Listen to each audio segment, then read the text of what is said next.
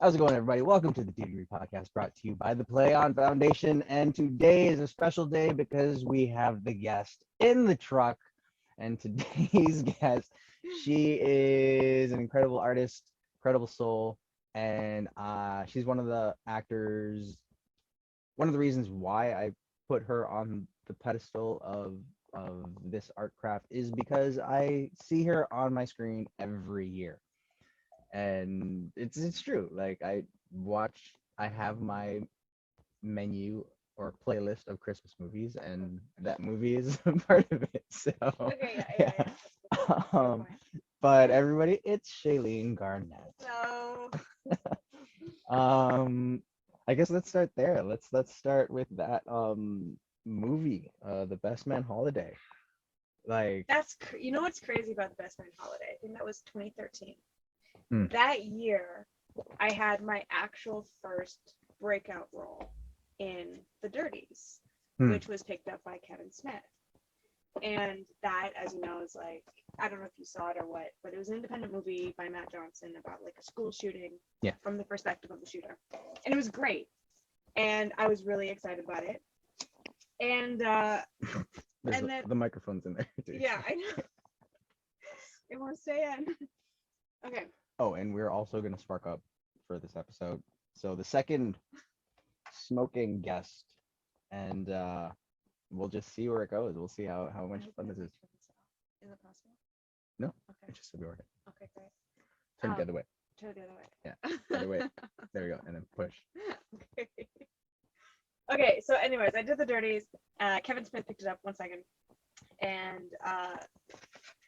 And okay, long story short, I got the Best Man Holiday. Mhm. That was a background role.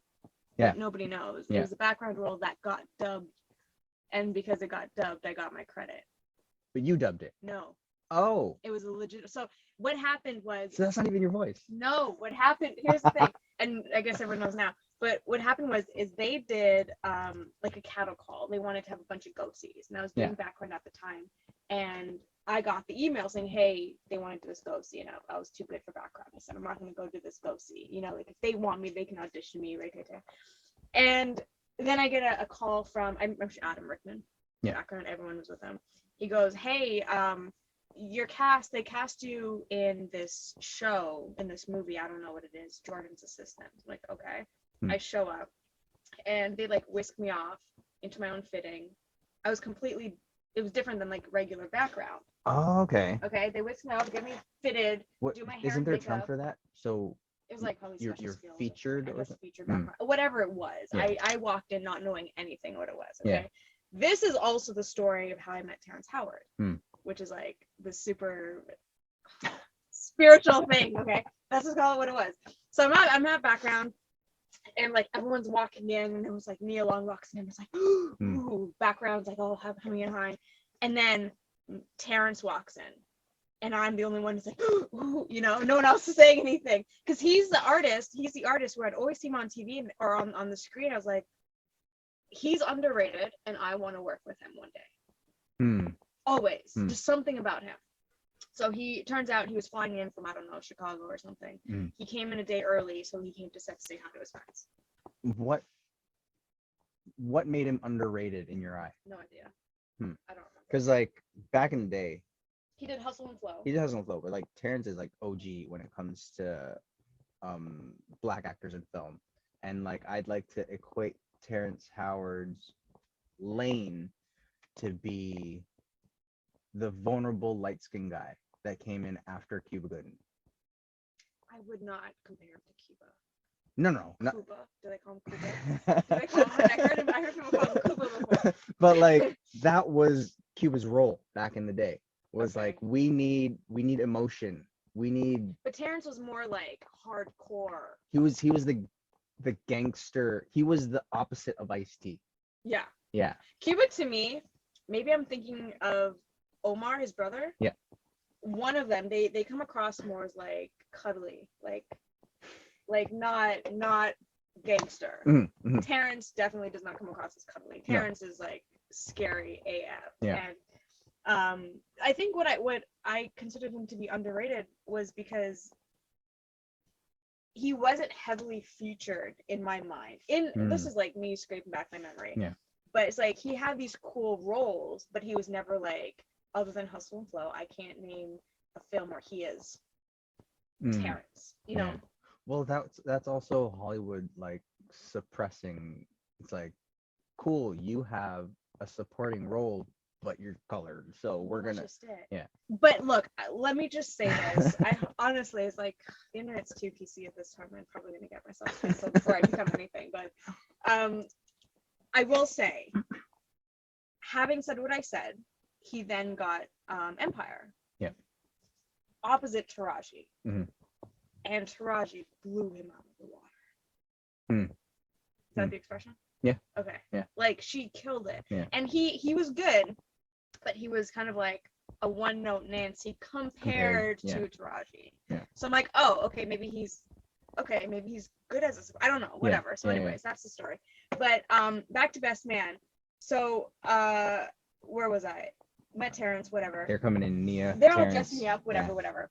And they take me in. I do my role, which is open the door for who is it? It was Eddie Cibrian's character. Yeah. Yeah. But why? What's this guy's name? Taye Diggs. Taye Diggs. Didn't he enter? I think I opened the door for Taye Diggs. Something like that. I did. I opened the door for Taye Diggs. Wasn't he already in the room? Whatever. Yeah. Either way. You opened the door for. I opened the door for one of the two, and then there she was yapping on the phone, and then I walked, and I'll tell you what. Here's how it really happened. On IMDb, so a friend of ours was also in the show, in the movie, and she auditioned for it. Oh. And she didn't make the cut. So we were both listed as uncredited on IMDb. So I didn't tell anybody I was in the film. Gotcha. Okay. And I had befriended somebody from Scene Creek, if you're familiar with Scene Creek. I had met him at the premiere of The Dirties. Okay. So I think he reached out, was like, hey, are you gonna go to the Best Man premiere? I'm like, low-key, I'm not invited. I'm just background. You know, I don't even know if I made the cut. And he had tickets, so he gave me 2 tickets. I brought my cousin with me. And I sat in the back. I was like super hidden. And I saw my face and I had a line. And my cousin's like, hey, that, you know. So that's how during I realized, the movie? Kind of low-key, you know, like, that's how we realized, oh, I made the cut. Yeah. And I have a line. I guess I'm in the movie. So I went to ACTRA. So how was it the day of though? Like, did you mouth anything when you opened the door? Did you just open it and? I think I smiled at her. Interesting. Because I think it's as I'm walking, I have a headset, and I think I was on the phone. Whatever, they figured it out, and it works. Obviously, you're never gonna zoom in on background to see if they're talking. I always zoom in on background. I look at background now. Yeah. You know what's the best background is How I Met Your Mother.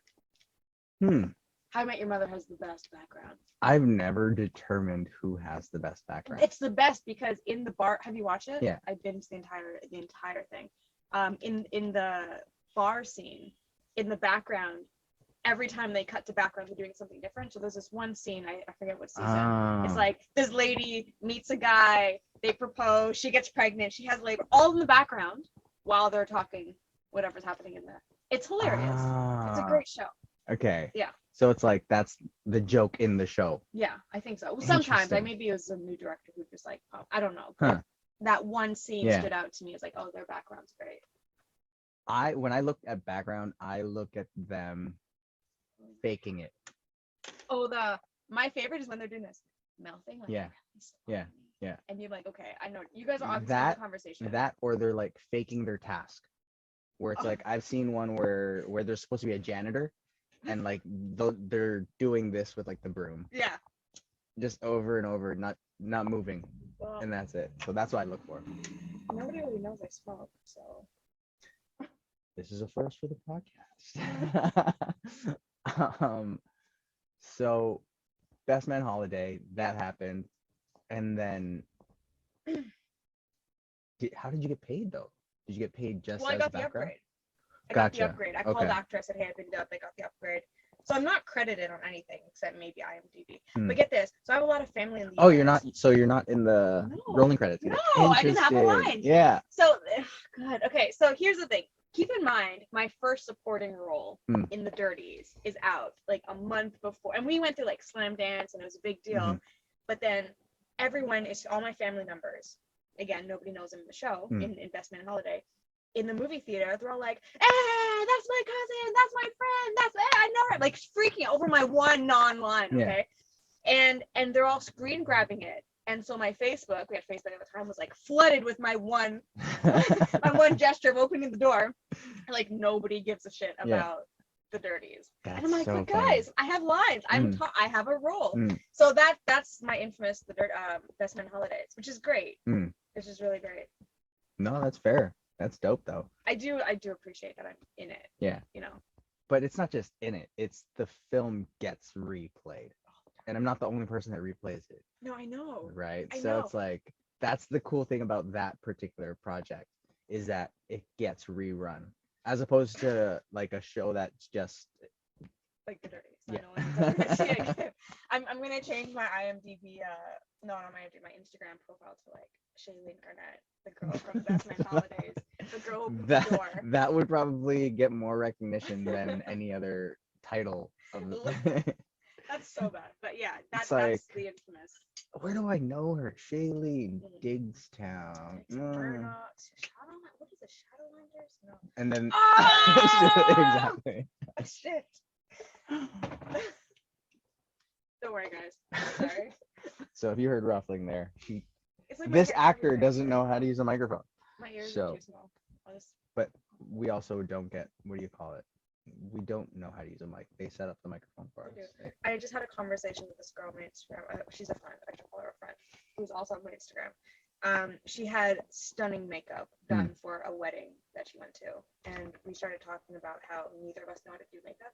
I genuinely, I can do natural. Like, look, I'm kind of not really wearing makeup. You know, I don't know how to do these elaborate. It's just it looks like that, but you can tell from here she is caked on. We just peel this mask off. No, but seriously, I mean, I would say I don't know about you, but I don't know about you, but I don't know how to do elaborate eyes, eyelashes. I just barely learned how to do. I know eyeliner. But do you just do like a line, or can you do like the fancy? Just a line. Yeah. See. Yeah. So you can do what they would consider natural makeup. And shine control.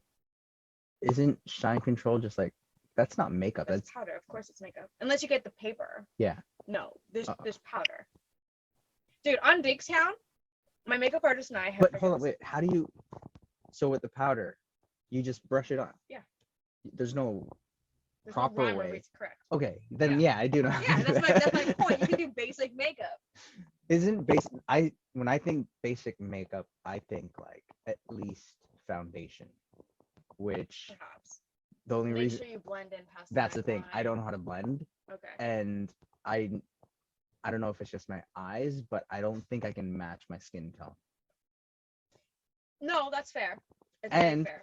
Because when I actually did start acting, I did buy foundation and concealer. Right. Because especially for this to cover up my tattoo. Right. And my skin color is always changing. Yeah. So then it's like here. I don't want to have to buy at least 3 different ones. So then I just said F it. Stop doing it. Yeah. But like wintertime, I'd put the thing and you can tell that I'm covering something up because welcome to the world of makeup. You have to get like I have 2 or if not 3 different, I got a palette and I would just blend a whole bunch of those together depending on like. I also saw a documentary. I want to say it was on Rotten, Netflix show called Rotten, and they showed like the bootleg makeup industry. And that's also like the Kylie Jenner stuff being sold on like the streets of LA or something. Yeah, where it's like, but that stuff's originally from like there's like poison and shit. Yeah. Yeah. No, so it's like I don't want to spend Sephora and MAC cosmetic money if I'm only going to use it once or twice a year. I mean, look, I can tell you some really good brands that work for me. I don't tell you now, but I'll tell you. Fair. So I feel like people are gonna come at me like she's not smoking properly. Like I'm embarrassed. Don't worry. Like I won't include that clip then, but it'll be in the audio. It'll be in the audio though. So if like they can hear you not knowing how to smoke, then I think that would be an interesting problem. I love the ambiance right now. This Yeah. is just smoky effect for it's a Zoom filter. Um, and then so your acting career has continued Thankfully. since, yeah. So let's explore that. Let's explore it. Like, well, that side of it, like, because you said thankfully, Yeah. where it's what's kept you in the game so long? Well, I guess let's even go further. What's how did you start? What got you in the game? What got me in the game? I mean, look, the short version of it is. No, We got time. We got time. Okay. Yeah. Look, I've been wanting to do this shit since I was 3. 3 years old. How did you identify that? And professionally, like on the TV? Well, I pointed to the TV at 3 and I said, "Mom, I want to do that." Wow. So yeah. Okay. But I was also like, "Look, you're taking all my taking airtime. all of your. Show me." Do you have anything to fan No, it's that? fine. It's fine. It's fine. I'll just keep doing this. Okay. Find your light, God. There we go. I had it. Ooh, there we go. Okay. Anyhow, I went to do this when I was 3, but I was like debilitatingly shy. And when I mean, if I saw a camera on the other side of the room, I'd like. Now, do you remember this, or were you told this? No, I remember this. That's incredible. I think my earliest memory is when I was 5, if not 6. No, I have really early memories. I mean, I learned how to whistle when I was 3, and my cousin taught me in the back of my dad's Cougar. You know, I don't know how. She goes, pretend you're gonna kiss and then blow, which is not really making anything, but it taught me how to whistle. You know. Let's show it again. No, you learned it, right? No, but did you learn it or did you? Make a kiss and blow. I know how to whistle. I know how to whistle. But that description doesn't teach you how to whistle. That's what I'm trying to say. Oh, okay. All right. Okay, cool. No, wait. I can whistle. Fine. I'll get there. Don't worry. I'll get there. Yeah. Before the end of the podcast, we'll get there. What? I just got it. There's an episode or there's a clip I saw and it went viral with Peppa Pig. Okay. Where she was so depressed because she couldn't whistle. And then she called her best friend, I think she was a rabbit, and he's like, I'm sad. It's like, why?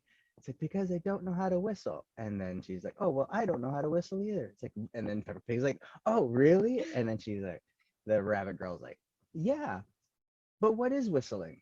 And she's like, oh, it's when you put your lips together and you blow.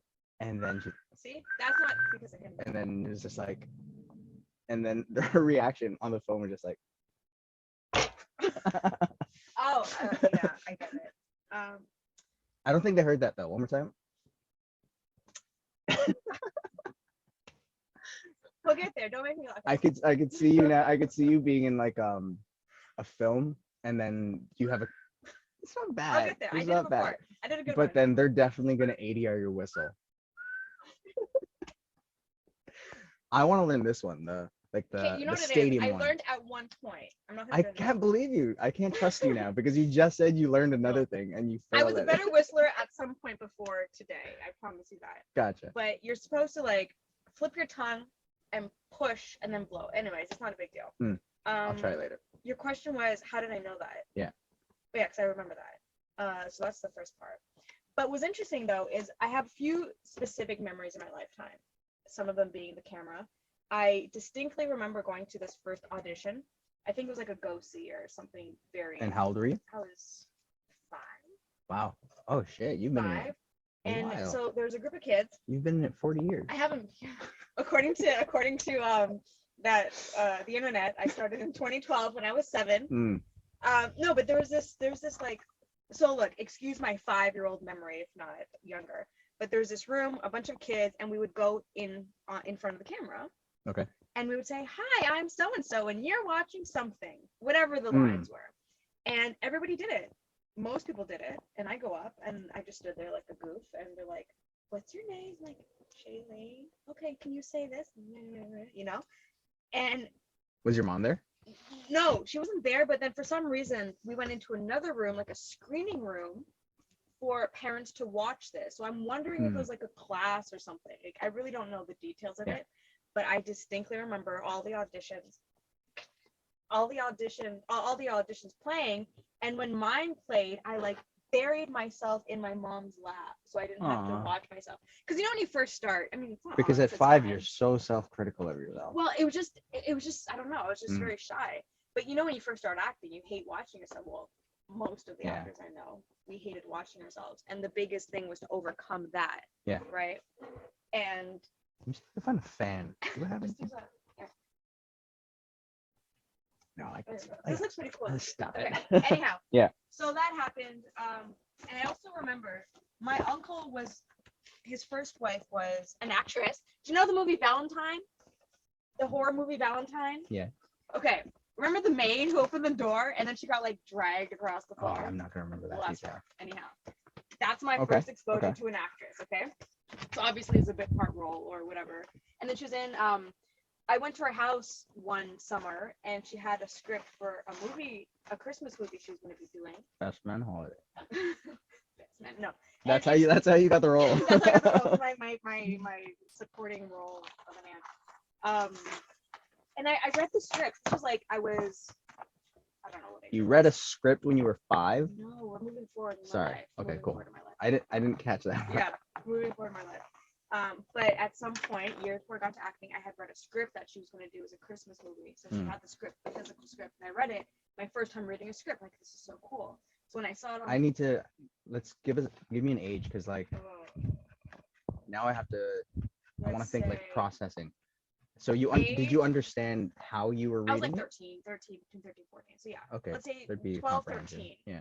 Because we had taken a road trip from Ontario to Vancouver or BC, whatever. Because then that'd be different if you were like 7 and you're still learning words and you're reading, and every now and then you'll be like, what's this Well, word? okay, so let's go back then. I'm really jumping. I was like the lead of my church play, Alvin and the Chipmunks.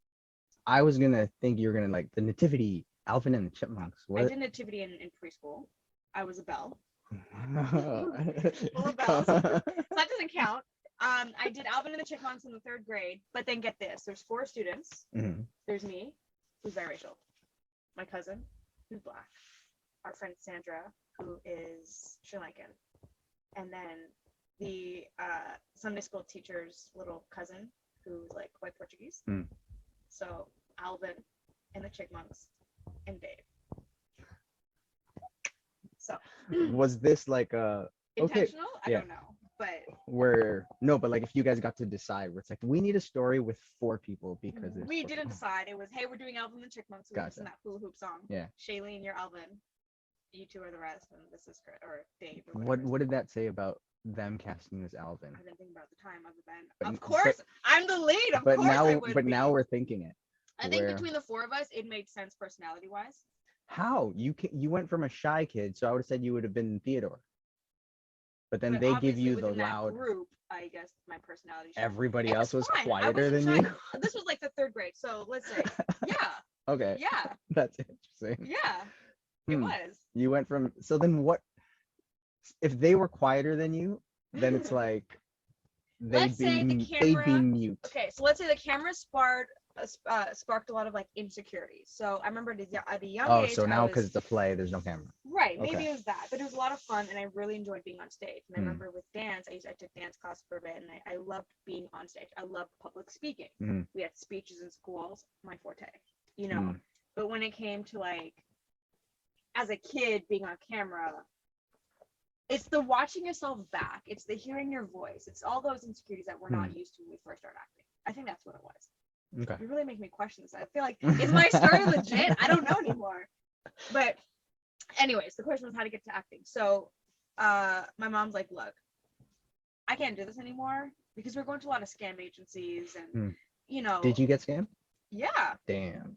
Yeah, of course. Like 3 times. Went to like modeling school. I have these. Let me find them for you. Because like it happened to a few friends of mine, and I was talking to another actor. Luckily, his mom was like in the industry, Right. so she got invited to these things, but she knew not to go. I did So not it's know yeah. not to go. So damn. You know, I went to one of those CMTC. I'll call them out. They had the audacity to follow me on Instagram and send me a message like, oh, hey, we see you're still pursuing the arts and we'd love to feature you. It was the biggest scam. So it was the first time I had to like fundraise for $2,000, and I'm like writing my pitch and asking them to like donate money. And then you go to downtown Toronto, some hotel, and it's like you're basically auditioning or showcasing yourself to different agents, none of them which I knew.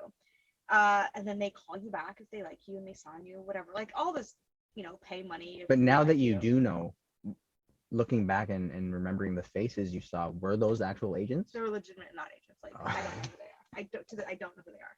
I don't know anybody on the team. Like, okay. It's the biggest scam ever. Because then that would have been funny where it's like they somehow got CAA was over there. they got fuck you, it's you.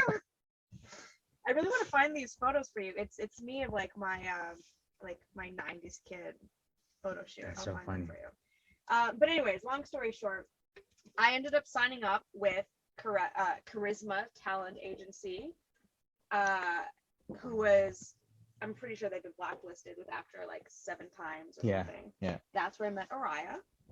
That is a very embarrassing story of its own. You know Araya? Yeah. Okay.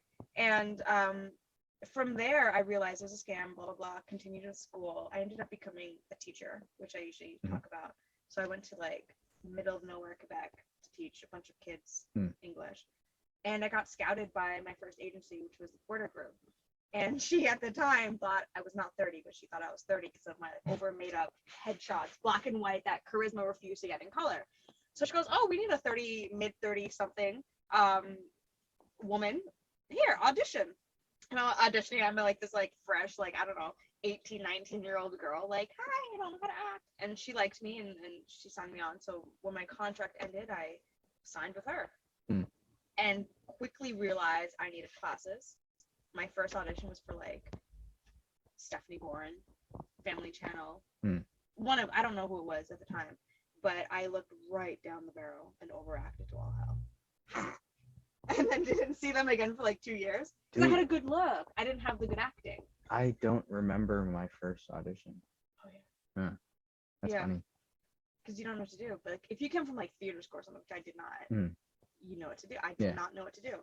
So I took my and I started taking private lessons. So I was studying 3 times a week, 2 classes in a private. In Quebec? No, in Ontario. Okay. Yeah, I mean, granted, the process was good. The instructors were not good. Like, you really have to like sort your way through who's not really legit, who's legit. And it took me a while to find a decent acting instructor or what have you. So, I mean, I guess it's just history from there. I just literally worked my way out.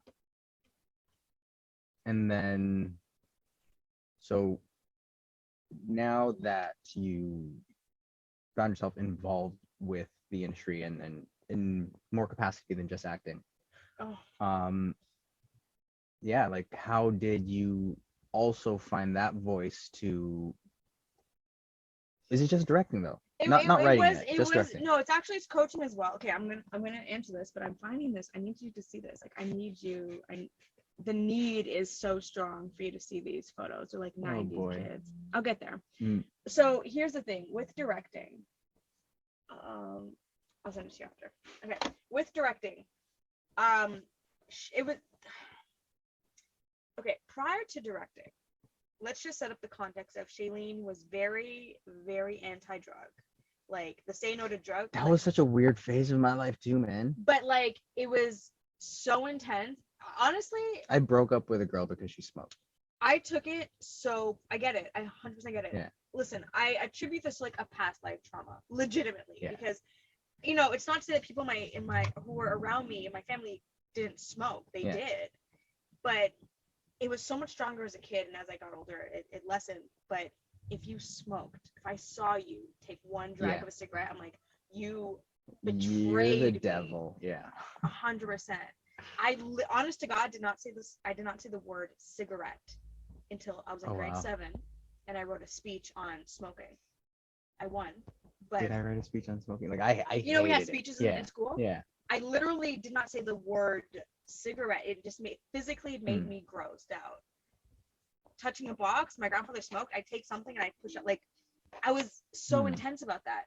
So prior to like maybe 2-3 years before I did my first short film, I found out someone really close to me was a functioning addict for about a decade of my life. Functioning addict. Okay. And when that came to surface, I remember that exact moment. Like when I tell you my world completely imploded. And I was at my guy best friend's house when I got this call. And it was honestly, it was similar to this, where like, if I'm in the corner crying, Not really similar to this. in a way, but if I'm in the corner crying and you're over here, I'm not hiding from you. You know what I mean? Fair. Well, there's hiding spaces. You're there. gonna hear me.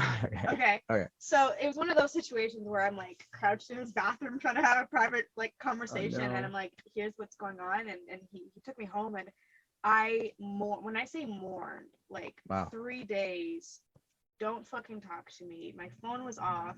I was in a studio apartment, sobbing, not knowing, like, I couldn't even fathom. Wow. Okay. That's how sheltered of a person I was. Yeah. My brother's not so much, but I was. And as the eldest, I, like, got myself up, had a conversation with my two brothers, and that led to a lot of trauma. I'm thinking that, like, I started having this, like, intense trauma, anxiety of death. So, like, if you're like, hey, Shailene, I'm on my way, and you should be there in 10 minutes, and you're not there in 10 minutes, I'm like, oh my God, he died, he crashed, oh my God, he has no way to contact me, oh my, like, I have these, like, panics, right? So I wrote down that scene, and it was too personal of a scene to create into anything. So I moved forward to, okay, what about this? And it came out to, because in that recovery process, never mind me thinking, having these flashes, like anytime I opened a door, I'd have a flash of somebody having hung themselves. Wow. It was intense, and I had the worst part about it is, like, not being able to trust somebody that you're supposed to trust, and then seeing it from their perspective of, like, they do mean well, but they don't know that I don't know if it's sickness or I don't know what it is, but they don't know what they're doing is that bad. They literally said to me as I'm driving them to a group, like an AA meeting type of thing. They're like, you should see who's in there. There's like 16-year-olds talking about these addictions. So it makes you wonder if what I'm doing is really that bad. I'm like, you smoked your house away. Yeah. You know what I mean? And so I had this idea of, like, okay, I based a character, keep it simple, called her Shay. And Shay is a young mom, but she was an absentee mom where she just kind of, like, fucked off and left her kid with her older sisters. So 77 days is the concept of she's come out of rehab yet again, but this time she's ready to change her life. So she goes to go get her kid, but her kid has already identified the aunt as his mom. So I'm here saying, come on, baby, come on, you're my baby, let's go. And he's like, no, Mom, I don't want to go. Mom, looking at my sister. So that caused our tension. And also in that world, so there's a few reasons why I made that film. One, this was the first time I realized that art could be like a therapeutic, like a journal. Two, I was feeling really intimidated and insecure by an audition, Janelle Williams. Do you know Janelle Williams? She's also from Scarborough. Okay. If you see it, you'll know her picture. So it was to the point, she's a little older than me. She's been acting forever. Like, I grew up watching her on TV. And she'd walk into an audition, I'd be like, might as well go home now. It was that. Okay. And then same with Nikki Whiteley. Do you know Nikki? Okay. So people think I'm her. I'll be on set and like, oh, hey, you're Neil's kid. I'm like, close, And it is weird because we have this angle on us, like the weirdest angle. Like this side of our face is like, whoa, who is that? Interesting. Okay. I've seen it for myself. I've seen it. She's at my house. I'm looking at her, looking at me. Right?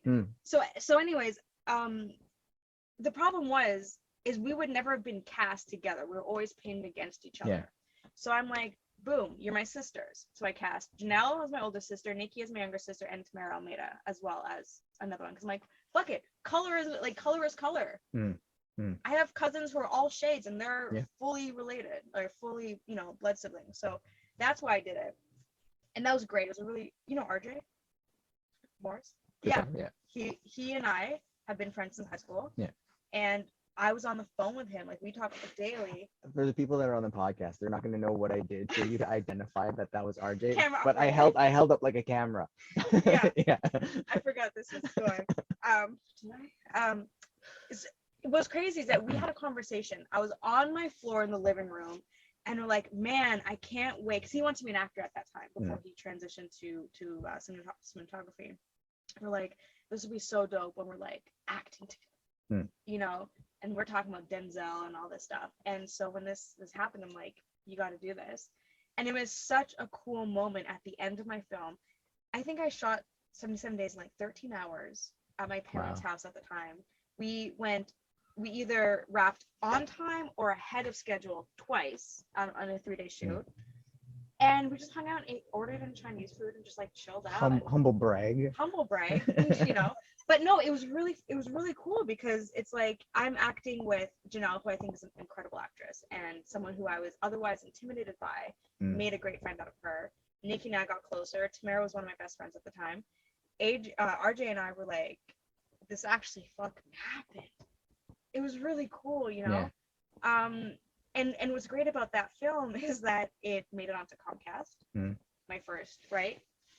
So then move over to, great, I'm a director, easy peasy. Yeah. And I was approached for other projects and bombed. That you directed. Yeah, so yeah. They bombed. And that put me into like 5 years of imposter syndrome and guilt. Lavelle and friends. Yeah. We did a project called old Proverbs. I was there. I was script supervisor. Yeah. Okay, duh. Yeah, you were right beside me the whole fucking time.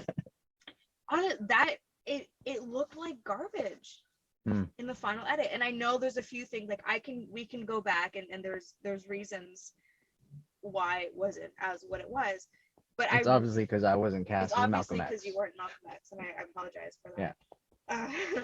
Yeah. But you know, look, it's like I carried a lot of that. I took it very personally because it's your name, and it's not only your name. It's like these are my friends, and this is a really important project that should have been done. And on top of which, I was specifically being told that it was an ambitious project. Oh, good luck. It's ambitious. So I feel like I failed on so many different levels, and that sucks. That sucks, you know. So I had imposter syndrome, and I'm like, I didn't touch anything directing related. Didn't even call myself a director. Yeah. I'm still like back and forth about that. Okay. Like, are you a director if you do one thing that's like pretty awesome and goes to Comcast and they can't do anything else? Yeah. Of course. Like Shyamalan does it, you know. Whoops. But yeah, so anyways, that's kind of that. But that was interesting because it gave me a really long break. And it made me find my way back to directing. So when I befriended one of the directors who I first met on Murdoch, Shailene Garnett, and she came on to Digstown, I really, really enjoy her. Nice. And I asked if I could shadow, and we had like, my perspective is we had a great time. I hope hers is the same, but we did. We got along really well, and she was like, she's amazing because she would always look at me. I'd give her my suggestions for notes, and she would use them. Silently, of course. Nobody knew before now, but it was really great. Like, she definitely instilled a lot of like confidence. Like, okay, I know what I'm doing. Yeah. I just need to know the rest. But I also do enjoy directing performances.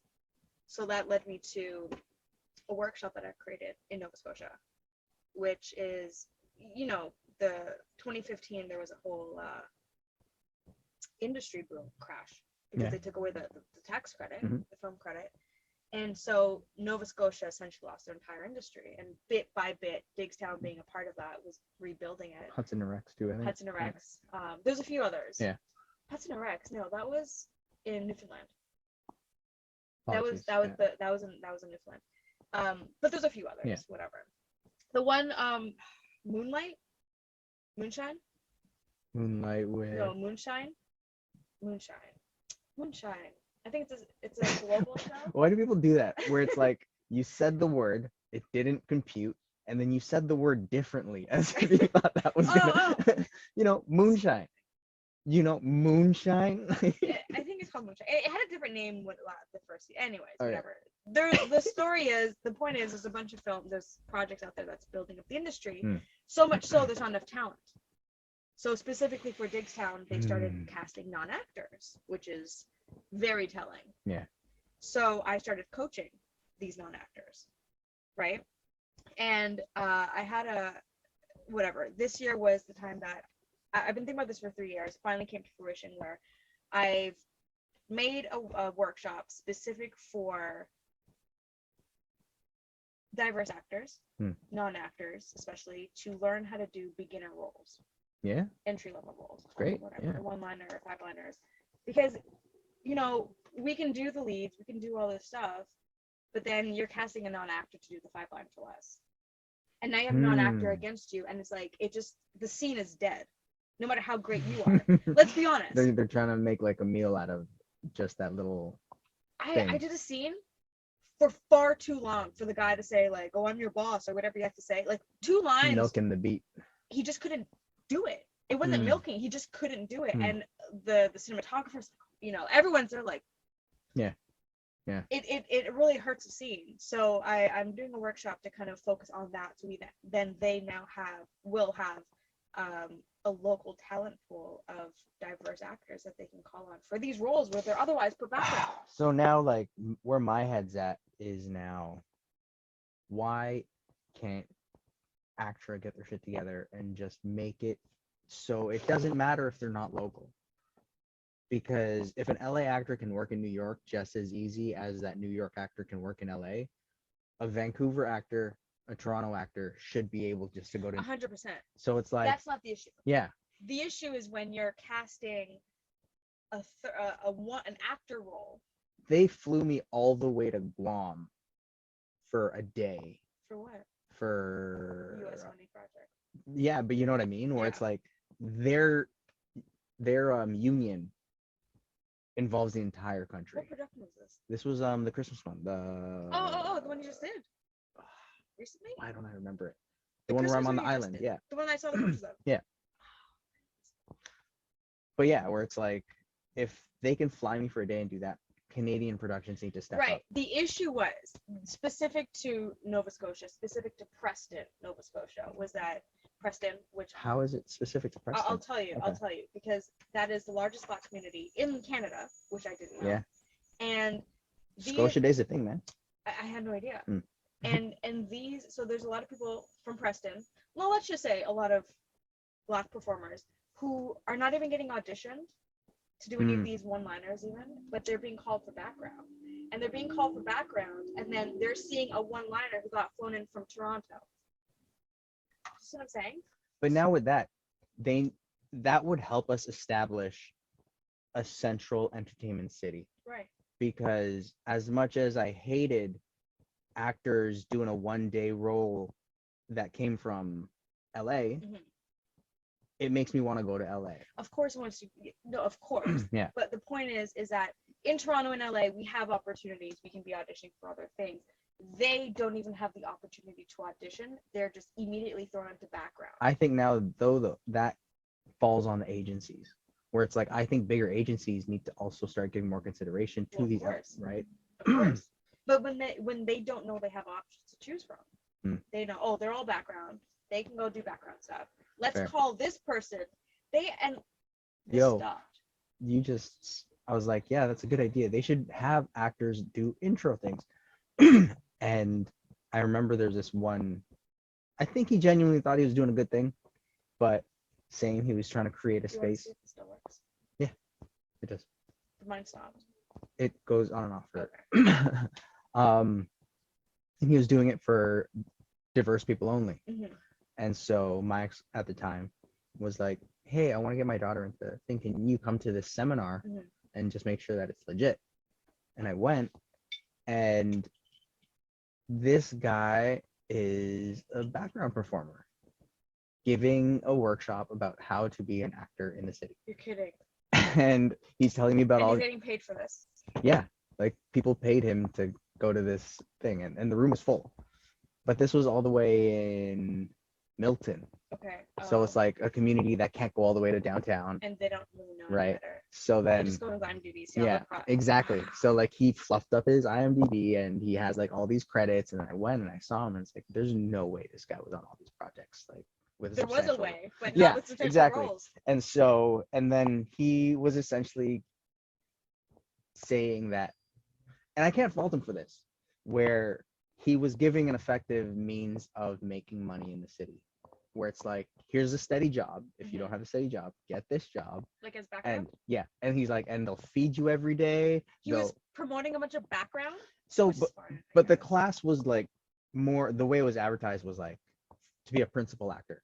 Okay. So in a way, looking at it, he's still telling you how to be an actor. By convincing you to do background and Yeah. over an upgrade. Yeah. So where it's like, oh, so backgrounds are a full-time job. It's like, okay, that makes sense, but you shouldn't be giving. I mean, that's a huge debate though, because I don't believe that you can actually work your way up through background.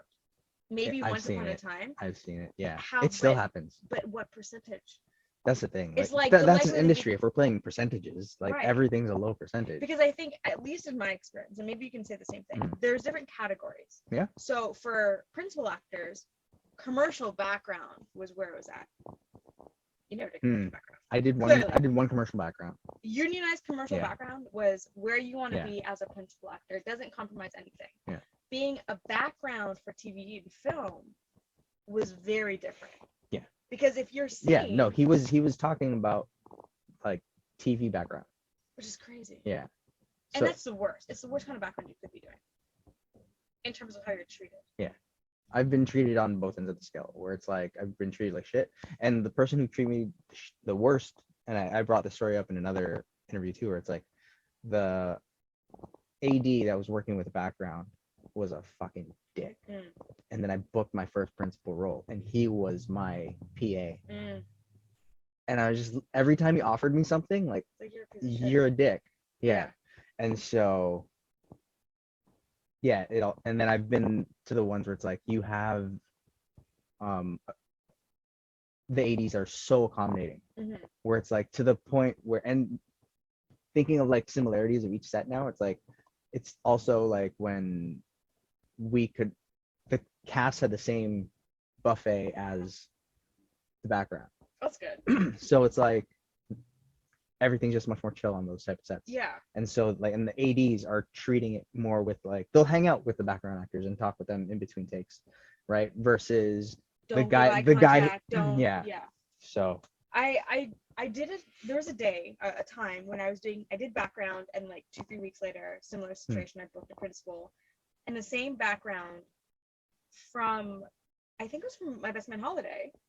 I think it was the same background from there was now on set for like May Day or something, one of those dope. films, right? And I was principal actor, and they treated me so differently. They treated me as though they didn't just get to know me 3 weeks before and we're just here chilling the entire day. And it's like, whoa, you have a trailer? If I were you, I'd be in my trailer all day. Like, you know, and I'm thinking, if I was in my trailer all day, I'll be hella bored and completely isolated. And why am I different to you today than I was before when we're all like, and I think it's a mindset. There's different mindsets, I think, amongst background actors. Not everybody, but some. And also in terms of wanting to work your way up, but you're not actually doing anything. You're hoping for like an upgrade. Yeah. And then you get upgraded to like a one-liner, and then that doesn't get you anywhere. Yeah. So I don't fully agree with that mentality of him saying it, but I do think background is a good part-time job, summer job. Yeah. I wish I knew that in high school. Yeah. Can you imagine? I worked at Tim fucking Hortons. Summer school. What did I do for summer school? I worked at the zoo. Oh, that's a good job. Yeah, I worked at a Harvey. That was fun. At a Harvey. But like, I'm still at the zoo, so it's like on my breaks or if I get off early. Have you been to San Diego Zoo? So back when I was a baby. Oh. But like now I don't do zoos. Well, I agree with you. Yeah. My question was going to be which is bigger, because I had a debate that San Diego, Sorry. that Toronto is bigger than San Diego. But anyways, I the last time I went to Toronto Zoo, it was really sad. It was like visiting your homies in jail. It was not cool. And I, honest to God, saw like on one of those Michelina's frozen dinners in one of the bird cages. Okay. What did like somebody throw it? Well, I don't know, but it was in okay. there. I don't know who gave it to them, or if what that for lunch or what. That bird didn't eat Michelinas for lunch. I didn't consider that, but I saw it and I was like, this is terrible. But San Diego Zoo is like not a conservatory. It come on. What's this word I'm looking for? I don't know, because it's in the favor of the zoo. No, it's like a sanctuary essentially. So they have this whole. They have this. There's two. So they have a zoo, and yes, they're in cages and Yeah. whatever. There is a lot more space than any. And I haven't been to many zoos, but I've been to Toronto. There's more space in their stuff. Yeah. And it's more. For me, it's as soon as I see that there's an animal that's not supposed to be on this continent. They respond to that by saying the animals they keep in captivity are only those that they can't release in the wild. And there's a lot. I mean, I'm not gonna tell them that they're wrong. Yeah. It's like, what are you gonna take a tiger and say go free and then it can't fend for itself? so then start feeding it wild game, start rehabilitating it in a way where it would What be. I just thought was really cool was they, specifically in the elephant place, they were taking the bushes and stuff, like kind of mimicking like it is in the wild. So they have to reach But they're their still in a forage. cage. But I and get that's like the animals that the herbivore animals. Okay. But then for like the ones who need to hunt, they don't. I don't know what you're supposed to do with that. Right? It's like, yeah, of course they're not gonna be able to fend for themselves because you desensitize them completely. I don't know the answer to that. I think Yeah. you need a really big space and Then send them to whatever region that they're supposed to be from, and if they are the ones that came from Africa, like the lions and the elephants, then put them in a real sanctuary. I think that's easier reserve. said than done. I don't disagree. 100% Yeah. I don't disagree, but I think it's easier said than done. Especially if some areas don't give a shit and they charge, like they make money off of hunting. You know about that, right? Yeah, but So I then don't know. Are we sending them to their death? you don't know that. We though. don't know that. Exactly. We can't ask them. But you We should take are. mushrooms. I know, so are they? But like, yeah, we don't know if we're sending them to their death, but we do know that we are keeping them away from what is natural to them. What is natural to them, but what do they know? Does that matter? Is that the equivalent of saying, "Hey, Shailene, go back to Jamaica"? So and be then, Jamaican? with that, and any person can own any animal. Can they? Yeah, why not? Well, I'm sure there's rules in place. These same rules should apply to the zoo. The point is that the San Diego Zoo is better. Yeah. I guess. Yeah. We can look it up than most zoos because they actually give a shit about the animals. Yeah. Allegedly, I believe it. They're the best. I'd say one of the best zoos in North America. It was really cool because they had like a whole. You walked into the whole sanctuary. Yeah. It's a bit better. It's a bit better, let's say. But then it's like going to a shitty prison and then going to a better prison. Well, yeah. Yeah. So yeah, I guess that's the point. If you're confined, if you've been sentenced to a life in prison. Yeah. Do you want the rich people prison? Or I don't want the prison. Well, if you had no choice. No, I stay on the side of not wanting the prison. I will fight that side. But some people can't choose. That's the problem. But anyways. Yeah. Whoa, we just went into a deep conversation here. I just want to cycle People back can't to choose. People can't choose. Of course you can choose. But if you already do the crime, right? Then undo the crime. How do you undo a crime? If you killed somebody and you're sentenced to life, no, that doesn't count because there's people who didn't get charged. Damn. Okay. If you made the choice, okay, let's talk about this. It's gonna be heavy for a second. Let's say you were making the choice to join a gang. Okay. And in order to join the gang, you have to go through an initiation. Mm-hmm. So now you have to go kill an innocent person. Okay. Right? And so there's so many choices right then and there, and you've chose. For that, now I go to the point of what are the stakes? Well, who knows? Right. So it's like this could be justified. He might have to get into the game. If he killed someone if he killed an innocent for the initiation. Yeah. That could be argued in the court of law.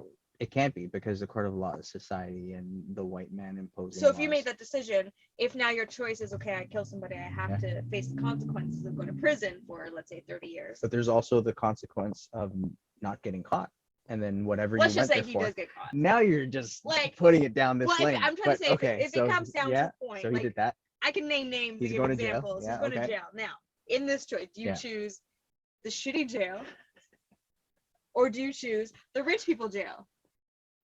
As long as I'm getting something out of it, which is like, again, if I join the gang because I got to feed my family, if my family's getting fed, then So now we're getting philosophical. Like, well, what led there's me stakes. here? There's, and that's the thing, where it's like you're taking away this animal, and you. What about an animal born in captivity who doesn't have the instincts to go back into wild? So now it's either your responsibility to reacclimate them to what's natural, or you're a dick for domestifying. Everybody at zoos are dicks, folks. Keep it here. But and then this leads me into Digstown, where Dicks? Good segue. Diggs? Great segue. Okay. So how was that? Because with the casting, it was also up against. It's funny when they release shows at the same time. Yeah. That are very similar in vein. Street Legal. Mm. And you know what kills me? Let me just say this real quick. Okay, I love Cara Ricketts. I call her my stepsister. But she books every fucking thing I go for. She's incredible, you know? So I'm like, of course there'd be a show where she got the part that I auditioned for that's coming out the part that of course it would be. Honestly, I'll say, I was a little bit worried about it because I'm like, you have a reboot of a show versus a show that nobody knows. Yeah. Who's going to win? I don't know how or what. Maybe it's the fact that we had the title of the first Black Canadian in primetime, female lead in primetime television. I don't know. I don't know how this stuff works. I really don't. I speculate a ton. Yeah. But what I will say is this is the first show, and I say it all the fucking time, as if I'm scripted. The casting is really unique in that when you read the script, you have an idea if this is obviously a Filipino guy, it's obviously a black chick, it's obviously something. Okay. And someone totally different shows up. I'm like, oh hi, I'm Gabe or whoever the role is. Totally different. And it catches you off guard every single time. To this day. And I think that's great because Floyd, the showrunner, was really challenging stereotypes. You know, like we did an episode with Patrick. Is that his name? Patrick. Filipino Patrick? Isn't it Patrick Chu? Patrick Kwok Chu? Yes. Yeah. I want to say he's Chinese. Is he? I'm not sure. I don't know. I thought he was Filipino, but maybe he's mixed. I don't know. I don't know him. Yeah. Wow. Here, Shailene just admitted all Asians look alike. Yeah. Don't you look? Do you know this guy? Anyways, look, I'm Facebook, but that's neither here nor there. I love Patrick. But I gotta shut him out. Like he doesn't know that I'm secretly like a big fan of his. I adore him. I reached out to him one time and just like complimented him, and I got a thank you from him, and I was like, he knows me. Yeah. But he's a great guy. it was his CFC. It was his CFC project. Yeah. And he had another actor in it who I always wanted to work with, and just like, and he got him to play his dad. I'm so jealous. Out of all the roles that are on TV right now, this would be such a cool role. Really? And so, yeah, shout out Patrick. Hey, Patrick. I want to be your best friend. So, he's so sweet. So, but yeah. But okay, all of this to say, all like my inappropriateness aside, he played a cop who hit a black person. And when you read it on camera, when you read the script, it almost plays off like, oh, typical white cop against a black. And it wasn't that. It was this Asian cop hitting a black person. When did this come out? Season 2? Season 1? So then this would have came out after George Floyd? Season 1. It would have been around before. It was, I don't know, somewhere there. Because that was also the big divide within that race for diverse people, was there was an Asian cop that was present with the George Floyd thing. I want to say it was before. Okay. I do. I want to say it was before because it wasn't reminiscent of any specific story. What specifically stood out was that it wasn't a white guy. Yeah. It wasn't a white cop, and it was an Asian guy, and his situation was different. It wasn't, I hate black people, I'm gonna kill him, I'm gonna run over it. It was, he was given orders to chase somebody, and it was just a whole misunderstanding type of scenario, if my memory serves me correct. So that's one example, right? So I do appreciate the casting in that show. And it's like, I don't know any other show that gave a voice to whatever capacity we could within the limitations of the network, you know, of situations that really happen in Canada that we don't talk about. Fair. Oh, Should be yeah. on the show. I'm waiting. Yeah. I'm waiting, but then they don't want to fly someone from Vancouver. That's not true. No, they've flown a couple, I think. Yeah. Yeah. But now with Digstown, it's also interesting to see you step into that role because you haven't played a lawyer before. I'm not a lawyer. I'm a Still lawyer. haven't played a lawyer. Hmm. Look. Okay. By the circumstance of how I got the role, I don't really know that there was. I think they're still been trying to figure out kind of where I've been, where to place Iris, right? And she went from a receptionist to a social worker to a private investigator to I don't know what's next, you know, and that's fine because I still think she supported the storyline the way that she needed to, but I don't know. I don't really know what to say about that. Yeah. It's been fine. Now, with that, in terms of progression of your projects, what's something that you've learned from this role that you haven't learned from your previous roles? You know what it was? For a minute, I think in season 2, I started to doubt myself as a lead actor because I was as a person? As a lead actor. Like you, Shailene, was doubting yourself. Yes, Shailene as myself was doubting myself as a lead actor because it's like, well, can I do a leading role or am I just a supporting actor?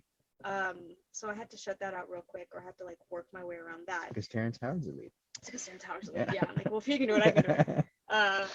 You know, but like, here's the moment. So when you booked that NBC show, ABC? Was it ABC? Yeah. What was it called? Take Two. I'm pretty sure I auditioned for that as well, for the girl. Did you have, because I think that was like your first major network, if I'm correct. Did you have a moment? Well, like the capacity of the role, but I've been on Designated Survivor. That's right. ABC, No, the capacity of the role. I think it was in a U.S. production, right? Did you have a moment where you're like, I've made it? Like, what was that like for you booking that and like getting verified, all that stuff? Way to flip the interview. Well, I have a point to make with it. Okay. To the first one of, did I have that moment? Or anywhere in your career. I haven't.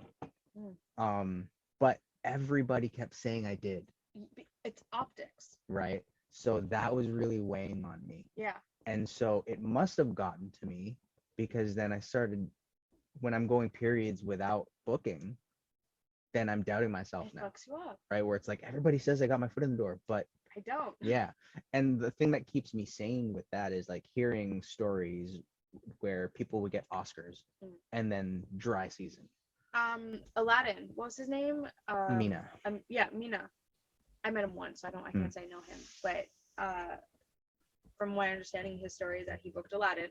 They searched worldwide for Aladdin. They found him out of like Scarborough or something, and he's working with Will Smith, and then he doesn't work again. Yeah. Really, he's creating his own stuff, to my understanding. He has great projects from what I've seen, but you know, he talked about that. Yeah. What about the verification? Did you know like, whoa, I'm somebody now? I think that also shot me in the foot because literally the week before I got the blue tick, I was gonna say just fuck social media. But then once I got the blue tick, now I feel like, oh, there's a voice there that I could probably try to use. It's fake. Yeah. I say it's fake because I can't get it. Yeah. Yeah. And what's annoying is there's somebody on the cast who she also didn't get it. She goes, she just tried one day and she got it. She goes, oh, you should do it. And I do it. I still can't get it. It's like, sorry, you're nobody enough to get the tick. But what was interesting is when I booked this Digstown, the podcast. When I booked the podcast, I said, holy shit, I've made it. You've made it. I feel like we need to get some let me get some light up in this joint. Of course, just lighting you. Um, Selfish actor. no, but when I booked Digstown, because since this was my, and okay, no, specifically when Digstown was bought by Fox. Okay. Yeah. That was a whole other thing. But when we got the word that it was bought by Fox, I had this moment of like, wow, I've reached the point that I've longed for my entire life, which is to be a series regular on a major network. Yep. Now what? And it was this moment of like, it's all the same with the exception of the reach. Right? Yeah. So like Digstown is as big as we are. I think we could be bigger if we had a bit more publicity in the US, if that happens. But you're up against other But then let's look lawyer at like, shows too. It doesn't have to be a lawyer show. Let's name like literally any other show. Let's talk Big Little Lies, okay? That's a major show, miniseries with major cast, major funding behind it. But you know, you're still the series regular of a show on a major network. But what's different is just the publicity behind it. It's the reach. It's the Big Little fan Lies base. wasn't a good example. Okay, whatever. Because that's an all-star cast. Reacher. Let's talk about Reacher. So let's talk about Bel Air. You know, Bel Air has the IP, whatever. You know, but it's like it's the same cycle, and I realized that okay, I've made it. So now what? Like, yes, I want to aspire to doing bigger projects. You know, I would love to do certain types of films, but at the end of the day, it's still like you said, if you're not working, you can't let, how do I say this? You can't let the lack of work or the periods of times you're not working eat you out, eat you up. Yeah. Well, yeah. Okay. Because that's literally what it's doing on both ends. Okay. Yeah. Because you have to have something you need something to like weigh you down. You need something to like shift your focus, right? Get a hobby. Acting, the industry is such a hollow industry. That's what I learned. When Between came out, that was my first regular role, like Netflix. I literally waited up until midnight for it to release. It was gonna release the next day. I waited till midnight, and nothing fucking changed. I went to bed, I woke up, nothing changed. I'm still, you know, I got my $6,000 I got for that show or whatever, and it's like I'm still me in my apartment, like nothing has changed. And that's when I realized, okay, when you're chasing something, like when Shadowhunters came out, I had a quick 15 minutes say hi on Twitter and people freak out. Like I had that. Yeah. And then I fell off, and I have but two people, one person really who stuck by me this whole time, became more of like an internet friend than as a fan. And it makes you realize like this stuff is so fleeting. The ebbs and flows of it all. You know, you really have to have something of substance to keep you going. Because just this chasing clout and chasing that fame, and you know, it will eat you alive. So that's why I asked, like, have you had this moment? Because you're right. I said, I think I reached out to you. Probably asked you the same question. Because, here's Xavier, the little check mark. He's, you know, posters and shit. It's like, dude, you made it. And then one season goes by, and then it's like, okay, well, now what? I get it. Yeah. Had that shit for Shadowhunters, you know, it's like, okay, well, now what? For me, my now what is different than kind of how I got over that moment. Because I don't know, like when I'm thinking now what, I'm thinking of afterwards already, like my philanthropic endeavors and stuff, and like living your life, right? And then, but that moment was just, it felt like it was supposed to be a step in the right direction, but it doesn't feel like a step at all. I still feel like I'm in the same place. Interesting. So that's where my disappointment comes from, is it felt like it was going to get me closer to that, but then it didn't do anything. You know, I've had a few of these conversations with a few other actors, and even people who I feel like they've made it. We're all in a similar situation. I don't know if it's this moon retrograde shit that's happening. I don't know anything about that, but surprisingly, and again, it comes out to optics. We feel like, well, no, hang on. Social media plays a big part. Of course. I'm only seeing what you put out unless I take the time to reach out. Yeah. Hey, what's really Which going you never on? do. Which I never do. I'm an asshole. You know, and look, I don't reach out to a lot of people, but this, I think, did we talk about this? this was telling in some relationships that I had, where because I unfollowed certain people on Instagram, Yeah. I've now lost the friendship because I've betrayed them. Yeah. So, whatever. But so like, what does it really mean to make it then?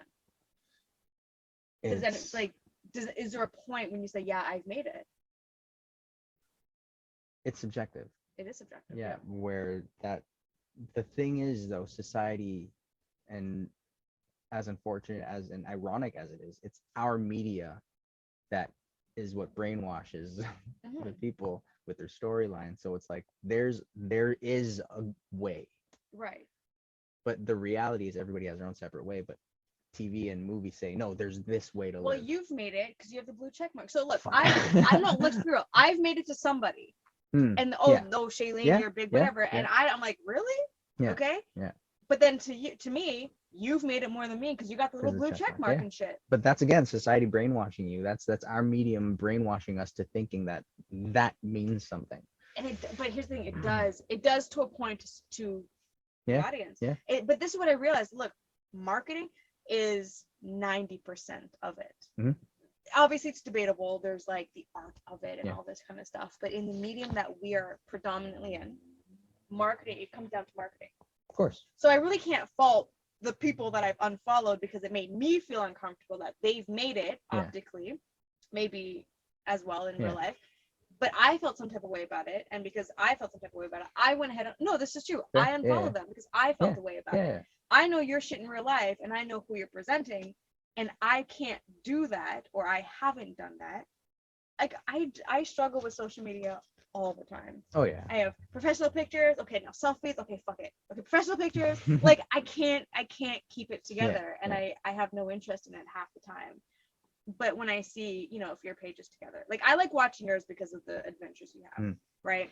But when I see other people, like they look like they're killing it on set, they're tagging the famous people and shit. Like wow.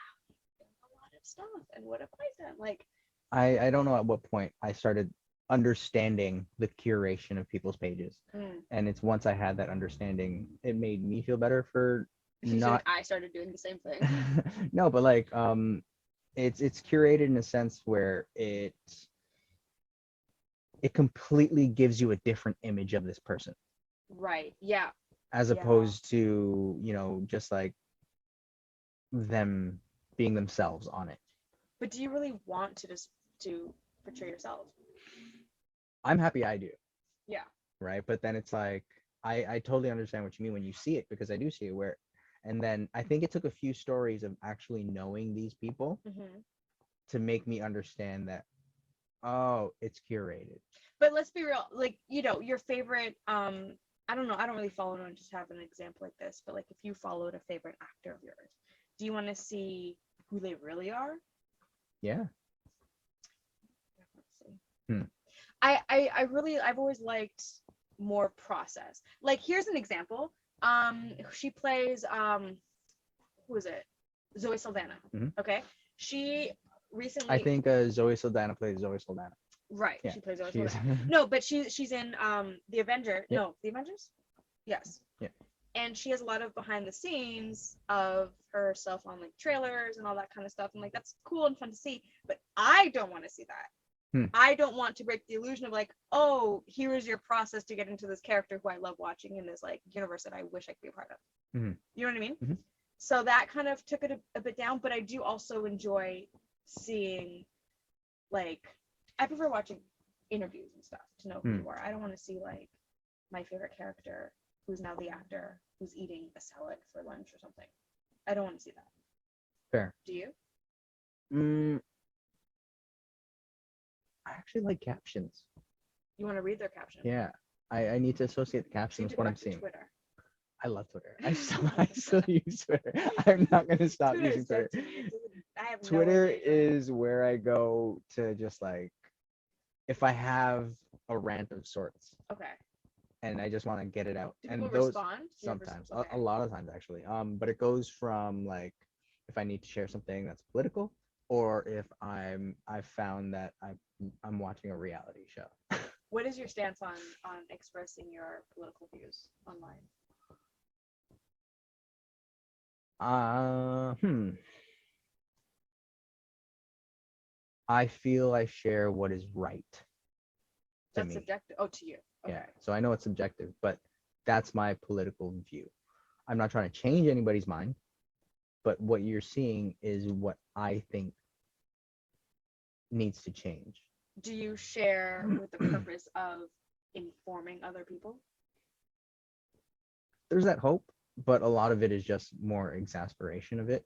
Okay, just wanted to like vent. Yeah. I see. See, I have a hard time keeping my mouth shut. I'm very opinionated behind the scenes. I'm practicing being PC for camera. But no, I did get myself in a little bit of heated conversations with people closest to me because it's like, well, why are you sharing this shit? Like nobody, because I'm not out there on the front lines fighting for anything. The sentiment is technically I shouldn't have too much of an opinion online. With this conversation is ironic because I remember coming to you for help one time. For what? I was posting something about can't remember what campaign I was trying to push, but then you gave me some resources. Mm-hmm. Well, this was probably when I was very active because there was a minute specifically during the But it's like it's funny you saying you're struggling with it when I came to you, and well, I'm you struggling think that now. and you think that I have some that I'm using it proficiently enough. well, let's say during the whole George Floyd thing, I think that was a very sensitive time. That was a huge shift, and I was like, I cannot, like, I had almost like an identity crisis, because okay, for context, Canadian, I had just moved to LA, so in Canada, I'm perfectly fine being biracial, okay? But you're not fine here. I don't have the choice here. I'm not biracial here. You don't get to choose when you're here, okay? And so I didn't know that. I had to learn the hard way because I had cousins. I have cousins who are half Hispanic, half Black, and they're just identify as fully Black, and I never understood that because in Canada, not only can we embrace multiculturalism, but I was also raised with my European side equally, to the point when I went to Europe, they're like, oh my gosh, you're like a European kid, you just don't speak our language. That's how it was, you know? So when I come here and then this whole George Floyd thing happened and the world, well, let's say at least Canada and the US went crazy, I almost as if you have to renounce that European side. I felt the tension in a way that I've never experienced. Not to say there's no racism in Canada, because even my own brothers, you know, apparently I found out they had issues with like cops and stuff growing up. No, 100%. I literally call my cousin. She's not biracial. I call her and ask for her to share her Black experience when it comes to certain issues that I don't feel like I can speak on because I was sheltered. Gratefully so, maybe not. I don't know if it's a good or bad thing. But coming here, like I called my mom and I was like, I forget the conversation. It was like I was venting loudly, not angry or anything, of like how sheltered they've raised me. Like my dad is a dark-skinned guy and he had cops follow him to the house because he matched a profile of the criminal or whatever, and I didn't experience most of that. I chalked it up to people who made comments, that's just them. Shailene's too white, well, that's that specific person's opinion.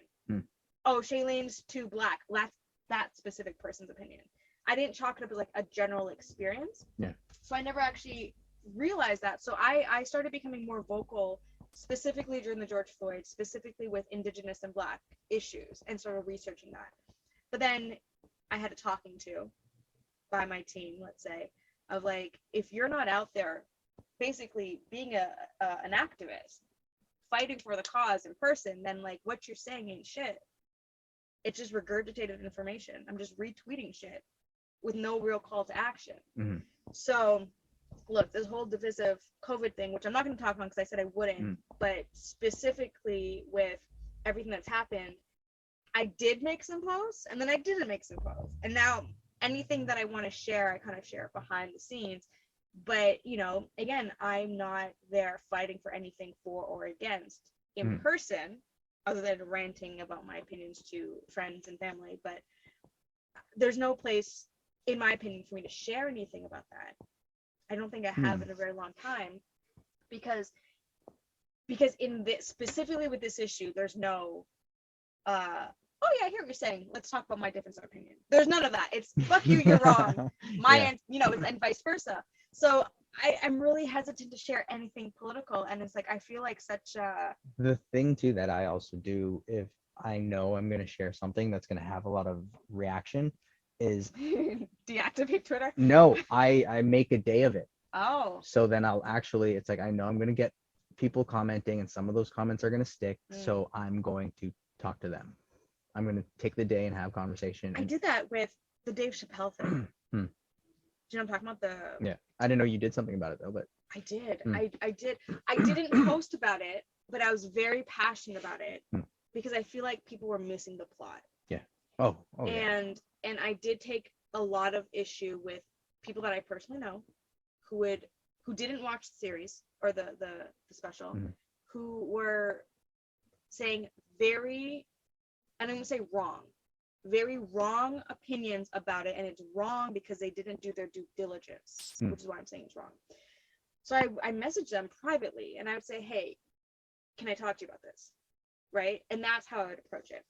So going back to the Black, and I learned this because during the Black Lives Matter George Floyd situation, I was so offended that people who are white, my family members, would not say anything about it.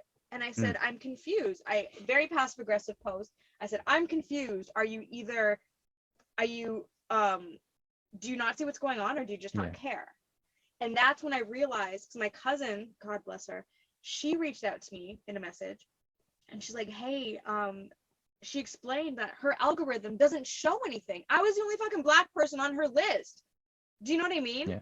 Her algorithm was like a bunch of birds or whatever. Yeah. So it's like she genuinely had no idea. She's one of a few, not just her. But I bring this up, my cousin reached out to me, she's like, I didn't know. I did my due diligence to look this up. I'm so sorry. And then she started posting her own opinions to inform her people. Yeah. Like her list, not the white people, like her list. You know what I mean? The white tribe. The white tribe. No, so it's like, so that's when I realized I felt like an ass because I was so passive aggressive and like hating everybody who wasn't speaking out against this. And she showed me a different way. And so I started putting that towards like the Dave Chappelle thing. I reached out to like, that, and a few things regarding COVID that I think were just obviously wrong. There's some things that have been said. And it's like, how do I say this with being very vague? There have been some things that have been said. Given the nature of where my family comes from, right? Like we're European, we're Eastern European. Some of these family members were affected, if not by the Holocaust, then by the revolution. So there's some real fears that were expressed, at least in my family, that somewhat support something that have been said. Okay. Are we kind of following? Yeah. Okay. And when other people, I can't speak for people that are listening to this. No, of course I'm not. following. I'm speaking. Yeah. Okay. So if it doesn't work, we'll clarify in a dissertation or something. And so when people have strong opinions about like anything related to this very sensitive subject matter, I then slipped in their DMs like, hey, I get what you're saying, and it's not that, but it's this, and these are like valid expressions to me personally from family members who experienced something like it. So it's just so it's like not even the sickness of it, it's like the divisiveness. Yeah. And the government knows what they're doing. 100%. Yeah. 100%. And that's like, I guess that's all we should go into that if you don't want to. I really can't. It's like, but no, that's all it is it's the government. They know what they're doing. They know how divisive it is, and they're using it to their advantage. Yeah. And but I don't know about you, because I don't see you posting anything about this, and I can say for myself, I feel like an ass because I don't feel true to, I can act on my feelings and do or not do. The reason why I'm not posting about it is because it's really up to the person to take it or not. No, it's not even that. Beyond that. But like that's the stem of this whole debate. Yeah. Is you can take it or you cannot take it. Yeah. So if you don't take it and you have super strong opinions about it, maybe that's too much, but those are surrounded by the fact that you simply just don't want to take it. But then if you post anything about it saying, hey, I support you or don't support you, someone's going to find a problem with you saying this. Yeah. So then that's why another reason why I don't think is because like I don't want to have to deal with that. Whereas if I'm very vocal about something and I'm very adamant on my position on it, if somebody does want to come talk to me about it, I will talk to them. Right. Right. So police brutality, yeah, predominantly against Black men in Yeah. America, is wrong. I don't know. You can't spin it any other Yeah. way. I can speak out about that. Yeah. You know what I mean? It's not subjective by Yeah, any means. Exactly. But Because yeah, like even with that, like what the result is beating up somebody right or wrong. It's wrong because it involves another the person's stakes? feelings, You right? know. So, but then it's like when it comes to the vaccine, it's either you take it or you don't take it, Right. right? There's no right or wrong. I know, but everybody feels. And so my partner and I, we have early on in our relationship, we had a joke amongst ourselves, which is like, what's funny is that people think their opinions matter. Yeah. In regards to us, you know, Yeah. and it doesn't. And Yeah. that same sentiment translates to like what I do or don't do genuinely shouldn't matter. Yeah. I Yeah. mean, if I'm doing something inappropriate, right? But I'm not. Yeah. And this goes across the board where it's like suddenly we've blurred those lines of when apparently I have a say in what you do, Mm. and you feel like you have a say in what I do, and we can't just be. Yeah.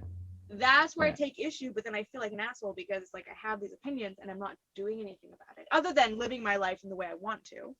Again, like this, it's now you have to take your own advice. Yeah. Where it's like, okay, cool.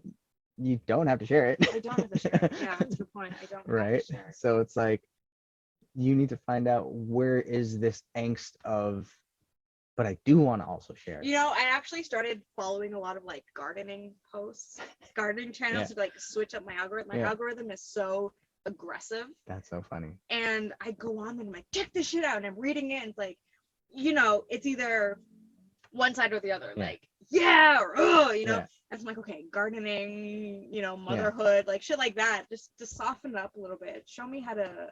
I should talk to you about gardening, but like, show me how to. I miss gardening. Make a vertical garden or something, you know? Yeah, no, I miss gardening because like that was one of the things that I had to give up when I moved into here was all my plants. You don't have to. Yeah, and then crossing the border. Oh. Right. Oh, that's right. So just get a new plant every time you. that's the thing. So that was also the thought. But still, again, if I started collecting plants and then I go back up to Canada, I'll get you a chia plant. I still have to throw that away. There's soil in there. Right. Right. Okay. Debatable. The Chia government. Plants, I understand. Okay. Chia plants. Chia. Yeah. Yeah. It's just ceramic and water. They sprout on anything, and you can It's just a eat seed. them. But it stems from a seed. And just eat it before you cross the border. It's a salad. It's lunch. You know, I didn't process that until like I want to say it was one of those memes where it's like, how many years old were you when you discovered this? And it's like I was today's year old. Of what? That A chia plant? Yeah, a chia plant is chia seeds that you put in a recipe. Right, which I didn't know that either. I mean, you know, as a kid, you're not thinking I can eat that. No, but like now, you know that now. I figured this out a few years ago. Okay. Because I tried sprouting my own. I used to like, you know, whatever. I was very into sprouting and stuff. I was hardcore. On the Dr. Sebi for funny. a minute. Yeah. There's this one picture that my friend shared, and it was like, you can't tell me that only food was gonna make you healthy. But then it's funny because I remember her posting like Dr. Sebi stuff. So like it really can. Yeah, and I was like, so you're canceling Dr. Sebi? This cancer. I hate the word. Like I get so triggered. I get triggered by the words trigger and cancel and Zoom. Like Zoom. Interesting. Why? Because it was like I figured Zoom. Like no, nobody. FaceTime. No, are you sure you're triggered by Zoom or are you triggered by Zoom? No Zoom. Okay. Not the Zoom, not the car. No, I tried to get on TikTok for a minute and I made this one thing of tell me your trigger, whatever. It's God. Because like, the amount of times I've said the word Zoom. It's more like in the past month because of this. No, but it's more like, hey, I miss you. We need to catch up. Virtual date, Zoom. I'll send you a Zoom. Fuck you. We're on iPhones, bitch. I'm on Android. Well, fine. WhatsApp. But you know what I mean? It's like I'm not gonna go to my way to make a link so I can talk to you on Zoom and I can just call you on my phone and video chat you there. Zoom. That was a 2020 word, trigger word. But there's all like fair, but like there's also features on Zoom. Like what? Backgrounds? Yeah, you can make yourself look like you're at the beach. You can make You yourself. know what they found? Samsung's good with that. I can turn myself into a lion on FaceTime. I don't. On what app though? FaceTime. No, I don't have FaceTime. You said Well, Android. I know. Samsung. Well, I don't know, man. The point is, I don't need backgrounds. Like, just call me. Like, we don't call people anymore. Yeah. I feel weird picking up the phone and calling without being like, hey, can I call you? Yeah. Yeah. So But there's that. I think I want to say that's translated from something because it's that need to announce because that option is there now Right. versus before it wasn't. Well, before it's like you have to pick up a phone. Exactly. You have to call somebody. You have to put on your best manners in case the parent answers. Like, hello, may I please speak to Xavier? You know, we don't have the.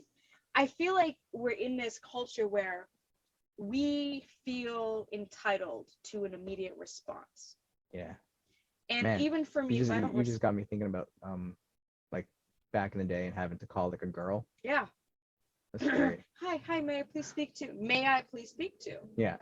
No, what was it where it's like, hi, this is, I'd say, one of my first lessons in the West Indian culture was to say good morning or good night or good afternoon. So like I call, hey, is so and so home? Like, hello, good morning. Yeah, good morning. Yeah. Yeah. You know.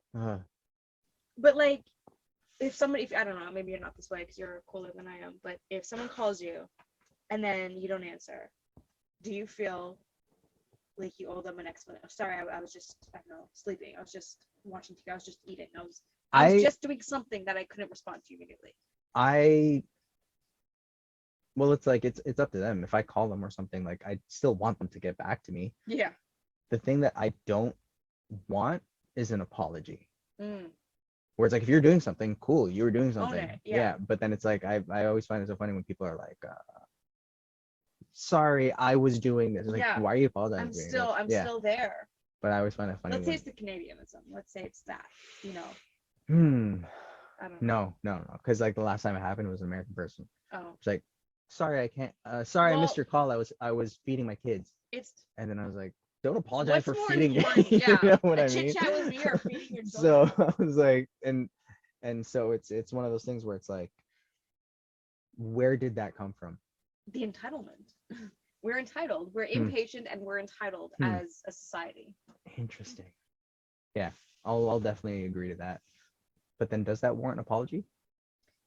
It does. Is that acknowledging that? I don't think it warrants it, but I think we feel like it does because of this instantaneous, I'll respond to you right away, and where are you now? Yeah.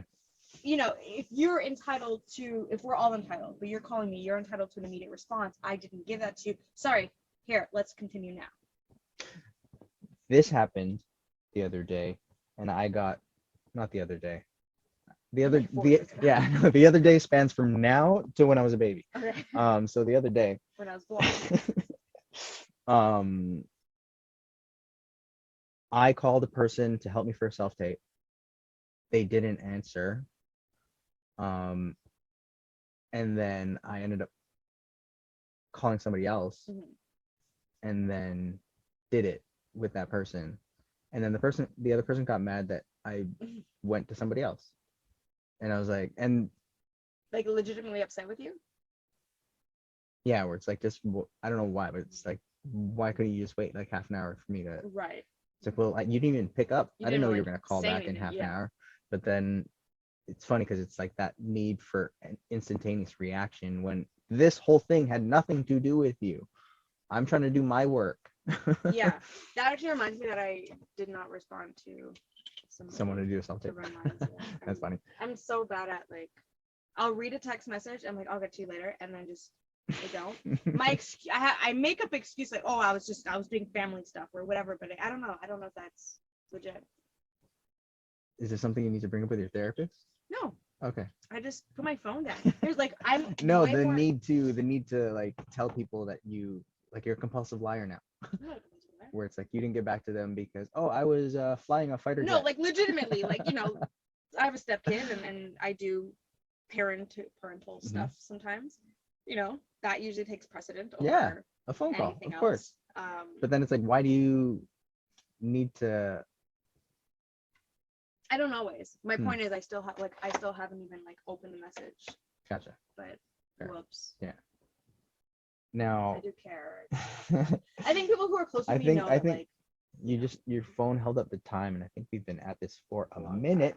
time. But let's end on this, where maybe we can do both. We'll see how much time we have. But because you were talking about going into your lulls and those moments of self-doubt and all Mhm. that. In the world of mental health, Mm. how did you identify that you were in your slump? And then what was your process to get back to who you were? Again, your process is going to be different from anybody Yeah. else's, but to know a process is so important than not knowing any. I'm not honest with my mental health, Hmm. like at all. I just had a very, very candid conversation with my partner about this 2 weeks ago. Oh wow. Yeah. So no, I'm not. I feel like I have a persona of happy bubbly, and I feel like, and I know this is not correct, but I feel like there's no real place for that, only because when I'm on social media and I see people who are talking about like these feelings, it just brings down the tone. So what I noticed, I did identify what I used to do was anytime I was in a lull, I would kind of counter that with like posting hyper motivational things, specifically when I was on A Twitter. fake it to make it type. I fake it to make it, but it was more so like a note to self. Okay. That I shared with, you know. So then does that mean you're good at taking your own advice? That's my conflict, because I do take my own advice, and sometimes I'll still feel like not as happy as I wish I was. And then I'm thinking my conflict is, am I depressed, or am I having a tantrum because I feel like I don't want to put in the work? So then now that you're identifying this stuff at this age, looking back at those moments, were there other ways you could have possibly handled how to get out of those slumps? I don't know. This is what I'm still figuring out. I did not experiment. I did see a few therapists. Um, you know what it was? I think it was identifying traumas that I wasn't fully sure about. You know, like certain traumas coming to light as I got older, and kind of like putting puzzle pieces together. And then also figuring out like what type of person works. I felt, and this is strictly subjective, and this is not a reflection on or an opinion on anyone else seeking help, and I think it's important, but I felt some type of way about seeing therapists because I felt like the initial step was always tell them the same story. Just tell them the same story to get them up to speed. And I never found somebody that I was comfortable with enough. I felt like I was paying somebody to listen to my problems as opposed to helping me navigate. So I did see a grief therapist, and that was helpful for a minute to a point. And then I started seeing a hypnotherapist, Yeah. which has been the best for me thus far. But I don't know. I don't have the answers. You know, I feel like, yeah, talking is talking, but sometimes you don't really want to share everything. Yeah. At that point in time. So I don't really have an answer for you. I think regarding acting has finally taken second place to my life, meaning I'm not going to just drop everything for a position anymore, which is only in the last 2 years this has happened, last year and a half as this happened. So regarding my lulls, I've taken a really welcomed 5-month hiatus, and I'm still kind of finding my footing, and I'm realizing what I need to improve on, i.e. get back into classes or whatever it is I have to do. Before then, I guess it's the thought process of, you know, there's enough work out there, and if we really want it, something is out there for us. And that hope that's enough to get you through until the next audition comes. You know what I mean? Yeah. But yeah, no, I don't know. That's kind of where I'm at. Now, it's a good place to be. Yeah. First of all. Yeah. So to validate that, So, but I'm curious too to follow along and talk to you later to see where it's leading you. That's why I reached out to you when Hmm. you disappeared from Instagram, Mm. because I Mm. recognized it. Yeah. Maybe I think for different reasons. Yeah. But that is what led me to unfollow everybody.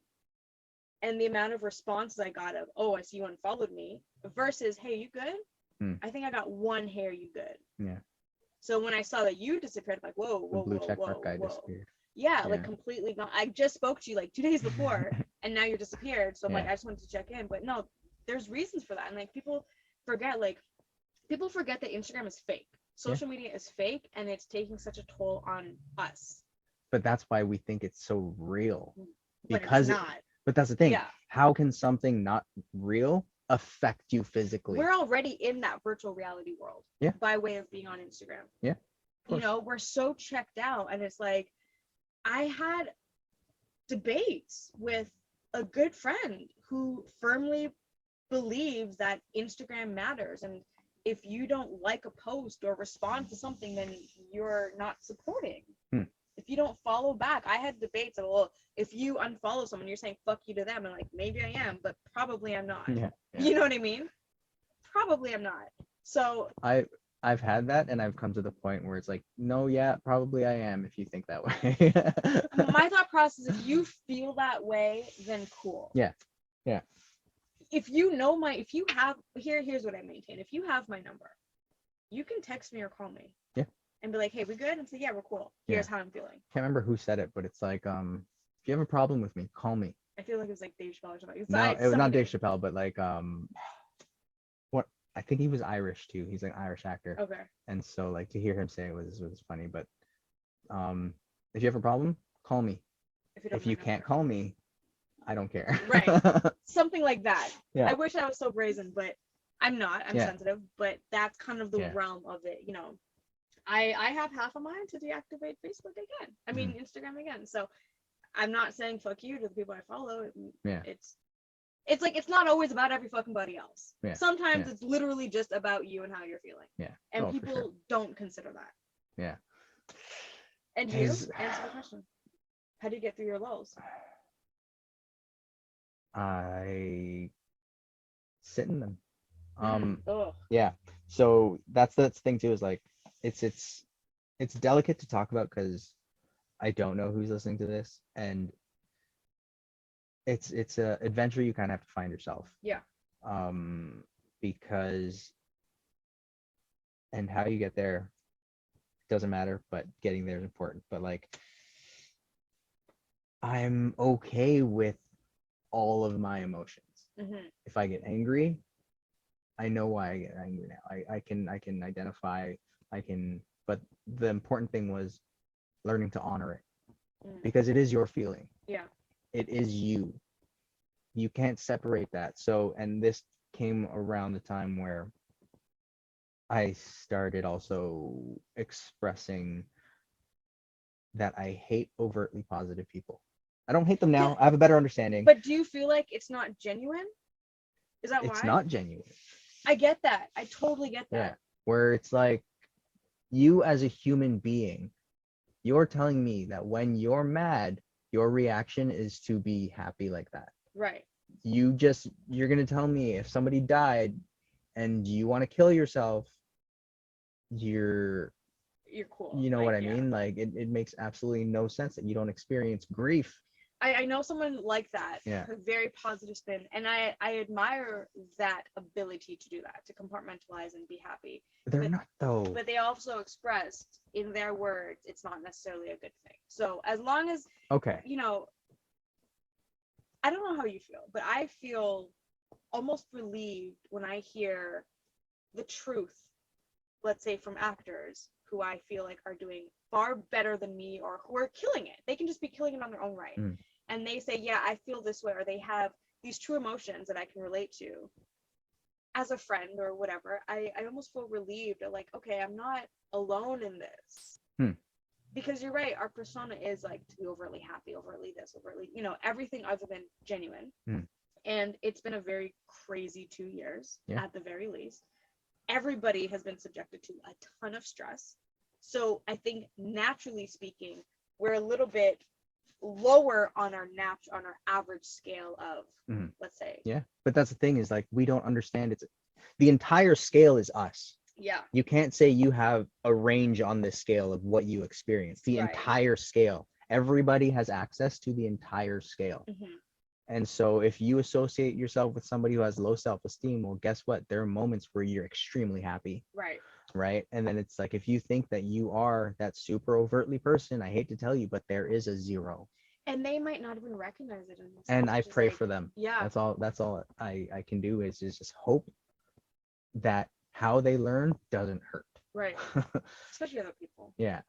Right. So it's like, and that's where in the realm of depression, I embrace it. It's my body being physically rough with me and saying, you're not getting up today. And then it's like, because then I remember those days where it's like, okay, I feel like shit, but I'm going to try and push through. And you almost crash harder. I crash so much harder, but I'm also less productive than if I just stayed in the bed. Yeah.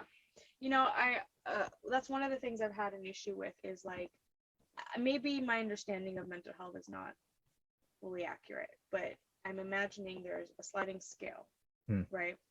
So before I knew there was a sliding scale, I thought there's either depression or not depressed, just bummed. Yeah. Right.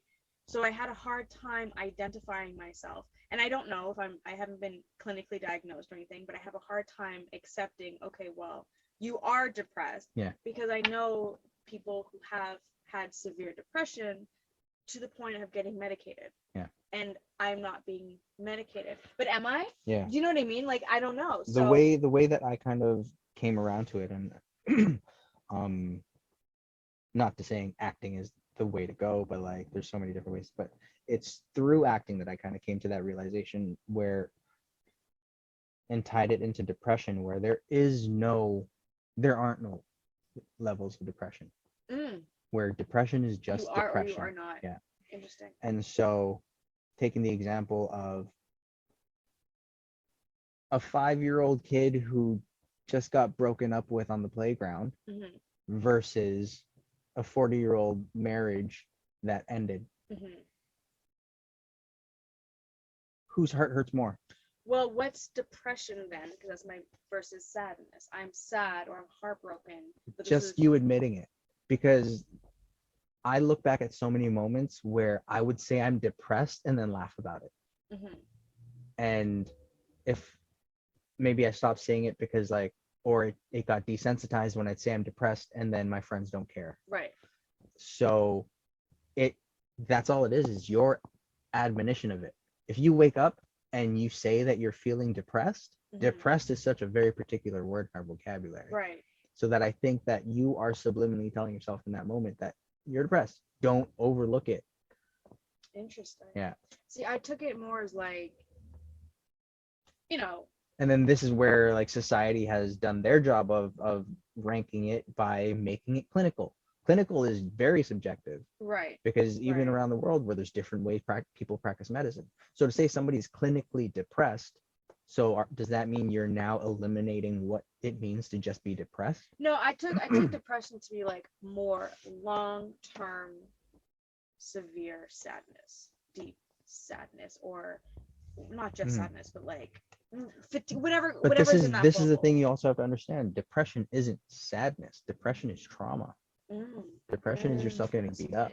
Sadness is an emotion because like when you're depressed and you fake it, you're still depressed. Depression's not an emotion, is what you're saying. Yeah. Okay, that clarifies. But it translates through your emotions. Right. But depression is your body literally telling you something. Oof. So is trauma depression? Trauma creates depression. Amongst other things. Yeah. Ooh, this is interesting. But like even that where whatever trauma creates, it's pulling you away from the real you, the person who can just let go of things. But like when you're traumatized, let's say it makes you angry instead of sad. You getting belligerent in a situation that doesn't call you to be belligerent is just that trauma, and it's a depression inside you. So are you saying that the real you, collective, person, individual, is neutral and able to let things go. So maybe not just neutral, but like neutral, but and happy.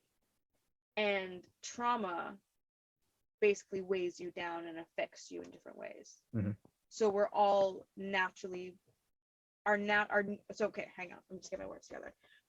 So we have a natural ability to let things go.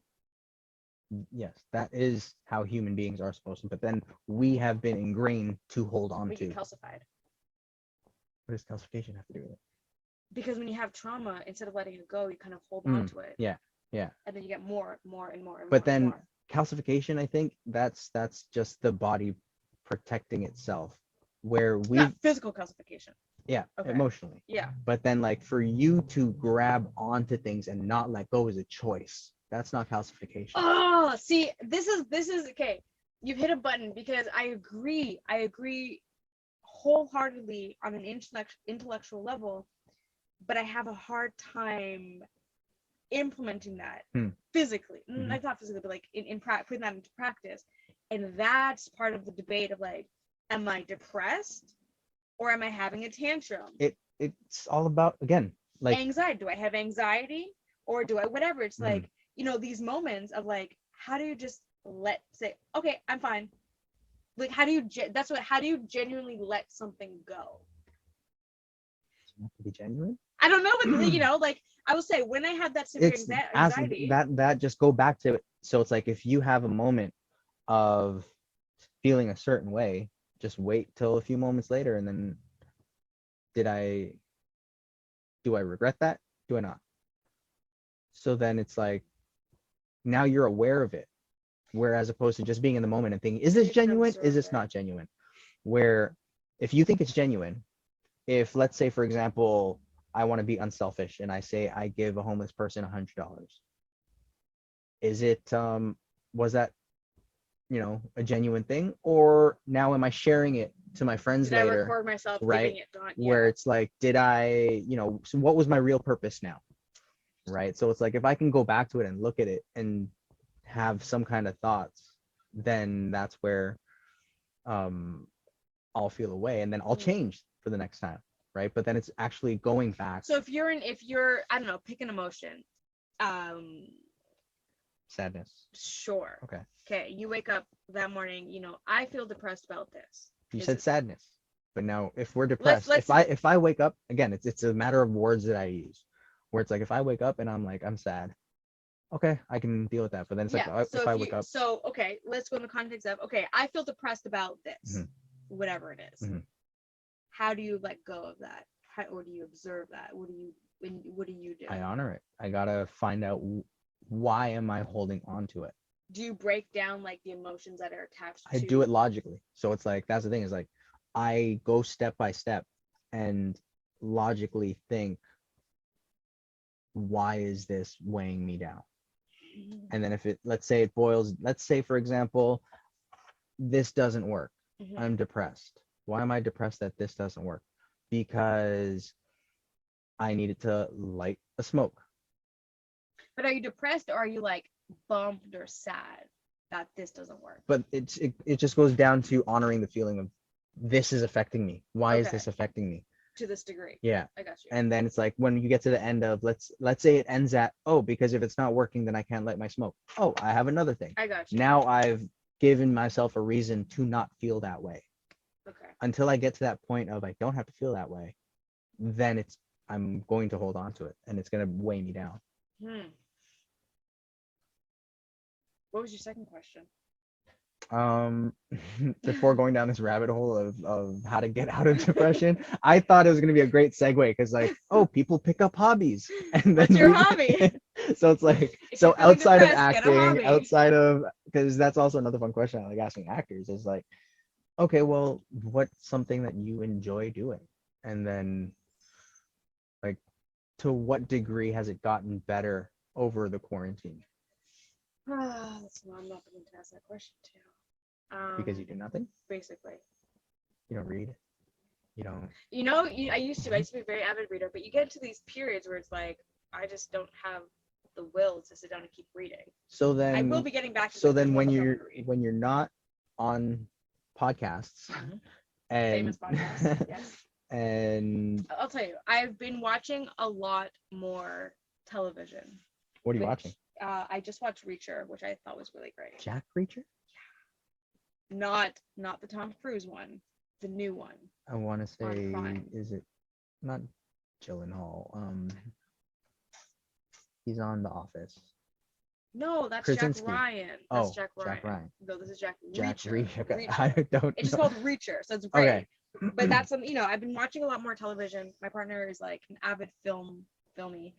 I love that because like when I think of people who are interested in film like he is, I think, oh, they must be in the arts. Yeah. But he is.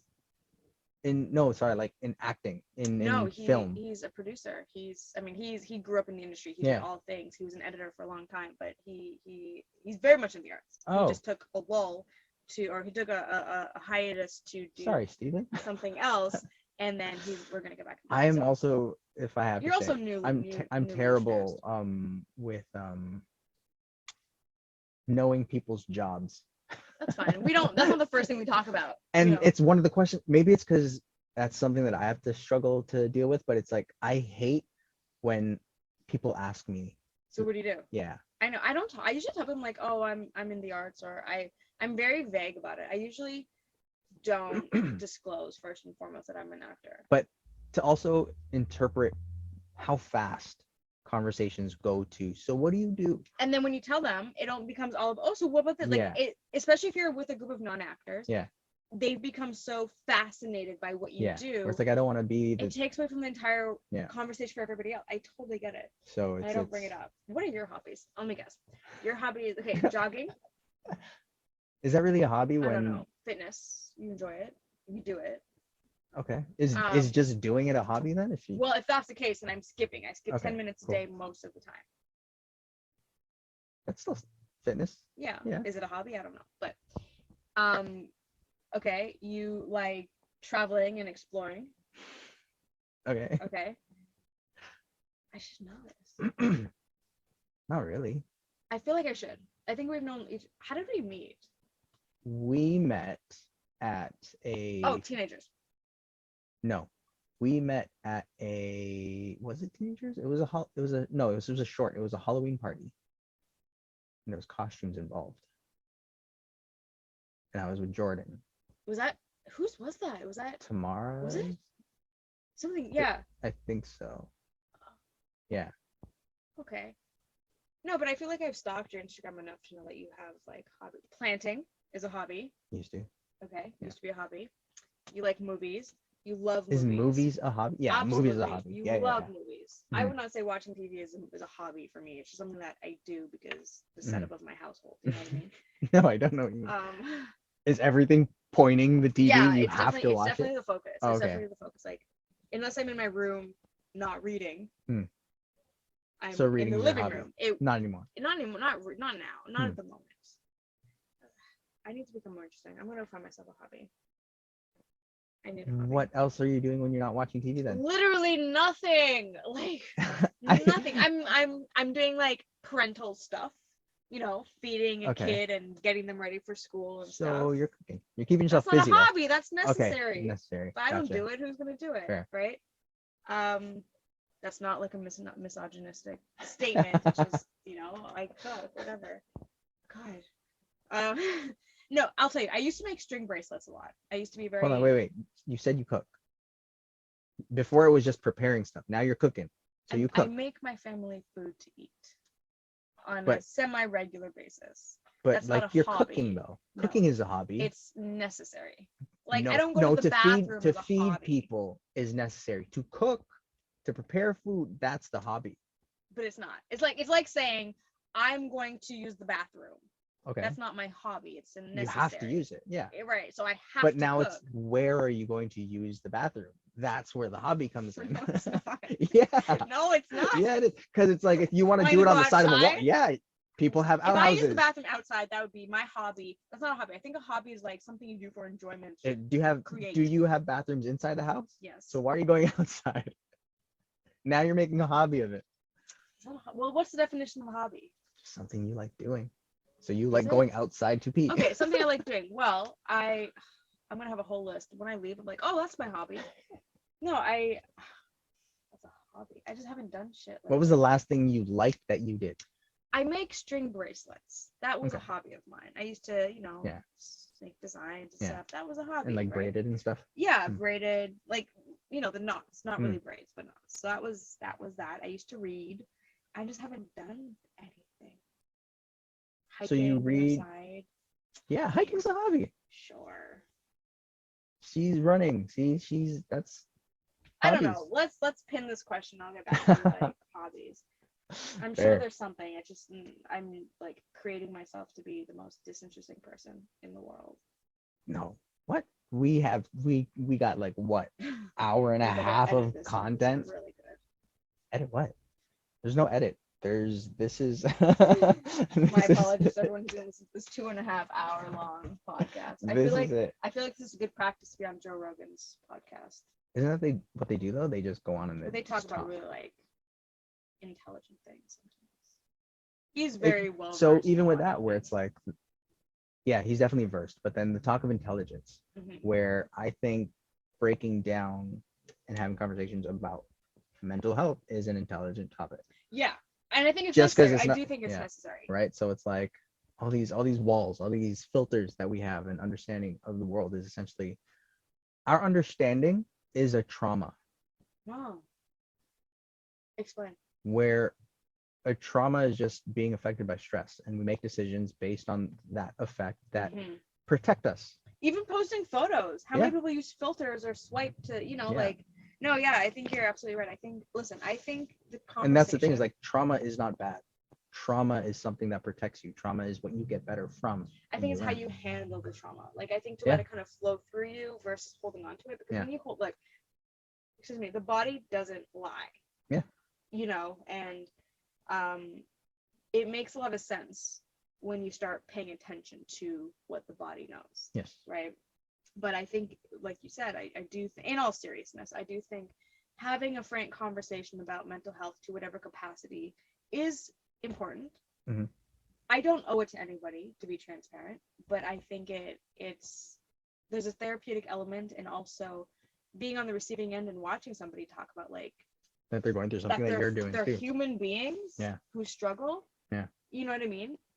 Yeah, I do. I don't want to hear about. I'm not morbid in that I want to hear about it like that, but it is refreshing to know that you're not alone in a situation, and that you're breaking through these literal filters of Instagram, of everyone showing how perfect their lives are. Mhm. And you're like, well, my life isn't perfect, is it? Like, Yeah. just being And grateful for what you have. That's where too, like, I try not to be personal, except when I'm giving an opinion. Yeah. But like I try not to be too personal on it, and just keep it business. But I will say, maybe this is just me, but like I thought I love your stories of traveling. I'm living vicariously through you. But I did appreciate, for instance, when you're like, we have a flat tire. I think you had a flat tire or something, right? It was so much worse. Or you're like the 5. I wish it was a flat What tire. happened? So much. I've spent at least $50,000 on repairs on this. Already? Yeah. Jesus. Yeah. What was the issue? The engine. Yeah. I had to get. Is this too heavy for the engine? Is that why, or has nothing to do with that? It was too heavy for an engine that didn't work properly. So I had to get, that was the big like stay in New Brunswick, was we were waiting for it to get fixed, and it was 3 weeks. Where did you guys stay? At a Days Inn. It was the only thing around. For 3 weeks? Yeah. That's brutal. It was so depressing. Yeah. And that was also a big thing too, the space was so small, and we have never experienced ourselves in that At state. these moments, yeah. And so the depression through that like got to the best of both of us, and it was just And it was madness. winter, wasn't it? It was so still winter. it was leading into winter. Okay, so it's which gray what we were trying to skies, escape. cold. We got snow. Ugh. Yeah. So yeah, and we tried to make the best of it, and I'd say we made the best that we could of it, but we For as long still as you got can. to And that point. It's not like I haven't been to New Brunswick, Mhm. but I hear We weren't even in Fredericton. We were in like the boondocks. the outskirts Yeah. of it all. So outskirts of that. Like, Yeah. there was nothing. We couldn't do anything. So Well, morbidly speaking, it, that kind of stuff. Not to that degree. this I is don't the want to. second time you've used that in the span of 5 minutes. Morbidly speaking. Is that wrong? I've never heard grammatically anybody. incorrect? Well, it depends. Like, Maybe it depends on the definition of morbid. Maybe I'm just using it incorrectly. okay, so what's the example that you're gonna use? So morbidly speaking. Well, I was gonna say I was trying to make light of the situation. I was deflecting in my true nature, but I was saying things like for instance, you said your truck is like 5 degrees tilted. 2 degrees because the show is the 2 degrees podcast. Not the 5 degree podcast, the 2 degree podcast. I know this. Duh. But that's interesting to me because I'm like, okay, cool. He who also has faults in the first timing is making do and is still persevering. Right? Okay, your trip is not perfect. You get held up in butt fuck nowhere for 3 weeks. Yeah. And I don't need to know, as a friend that's different, but as an audience member, I don't need to know the nitty-gritty details of like how that affected you. Like, but as a friend that's different how? Like, how are we different? Like, I would like to talk to you. Like, I would be more engaged in that conversation of Gotcha. like what that really meant to you. I was like, are you going for gender or are you going race? No, not at all. Not at all. Yeah. I don't need to know the emotional side if I'm on camera or if I'm on Instagram, not knowing you to that capacity. But it's still fun. It's still good to know that, like, here's what I'm trying to say. I think social media, we erase the fact that we have flaws and faults and mishaps. Yeah. And we portray perfection. Yeah. One of the last photos I posted, I had a shit ton of makeup on, and I had a better camera, and I had a very bright ass light on me to elude that I'm just like, Yeah. Is that me? Yeah. So. We gotta wrap this up soon. I'll just write wrapping up. Hang on a second. No, yeah, it's like, and it's Instagram has just fucked up everybody. Yeah. So. But so I do appreciate the mishaps or the things that you might be like, oh, really shitty or whatever. I'm like, oh, that's cool. Some degree of that you're willing to share. I'm like, oh, cool, that's great, because now it might motivate me to do something else where it's not perfect, but I'm still going to do it and make the best of it. Yeah, like one pattern that I realized too is like I hate it. I've come to hate the hashtag van life. They make it look so pretty, so glamorous, so easy, right? Yeah. And then living on a street, because those people, a lot of them too are like they're just taking it out for the weekend. Oh, really? And so excluding the ones that are living this lifestyle, and well, maybe not so much because they have money. That's why they're able to do it. And the hashtag van life has become gentrified because I was living on a street back when I was building this too. Right after I built it, moved into it, and I was living in Vancouver. In the truck, everybody on that street was like out on their luck. And so now this glamorized hashtag that essentially sparked this turned into something real, where van life, and then Nomad Land also came out, which was it was amazing because it really highlights what van life is. And just seeing it, and seeing what it really is compared to, because it looks out of reach. Oh, I need to buy a Mercedes Sprinter and convert it and put this. It's like hardwood floors. You know what I mean? So it's not for everybody. And the people that were doing it from before, like, that's their life. So then when people just glamorize it, where it's like, okay, cool, there's a lot more you're missing out on. It's not rainbows and butterflies, but you're making it seem just butterflies. Do you feel like you have the same level of isolation that you were looking to have now that you are so deeply connected to the internet by way of your podcast and by showcasing it your changed journey? And I especially when Monique first came Mhm. onto onto the journey, because like I was living it for 2 months first, and I was kind of getting used to a pattern, Mhm. different daily pattern. And then when she came, then the podcasting became an idea. So, and it was because I also wanted to share what was happening and experiences that I was going through. Mhm. I thought that it would be a fun idea. So are you content with the balance of Yeah. being keyed in and then having the isolation? Yeah. Yeah. Um, Also, I tried to be in, like, I wouldn't say a completely isolated place. Um, Maybe on my drive north, Mm. but I'll probably have anxiety. Interesting. That's Yeah. interesting to share too. Like, Yeah. you know, I do feel like you do feel like being connected online, even having Wi-Fi on your phone, Yeah. makes you feel less alone Yeah. than if it doesn't work. I also think that the isolated spots that I would want to isolate myself at, you can't. There's laws where it's like you can't park there. Oh, I So see. then in that way too, it's like a culling of, like, Skid Row. Mm-hmm. You know what I mean? Where it's like, oh, free parking? Where? Skid Row. You know, it's like, oh, I get why it's free parking. Right. So with that, society is also kind of forcing, oh, you want to be in this community? This is you. And California fucking took out um converted vehicles from their RV parks, Right. right? And Wow. it's like you're hooked up to power, you get water, but oh, it's a conversion vehicle. We're just going to classify all of them. Oh, you can't afford a real RV? Oh, sorry, stay You out. can't come in. Yeah. So it's like California in particular, like There's something else though. I yeah, mean, 20 minutes out of the city, any direction, it's a whole other experience. yeah, yeah. So I'll let you know when we get our we need a new parking pass. When we get one, I'll let you know you can come show. sounds good. But like there's also that excitement of like not knowing where I'm gonna park in. Walmart parking lots aren't too bad. I was genuinely thinking that on the way here. Yeah. I remember where I was living before, there was a Walmart across the street, and they had a lot of semis all the Yeah. time and RVs and stuff. Yeah. It's So probably safer too, I would think. so much safer. Yeah.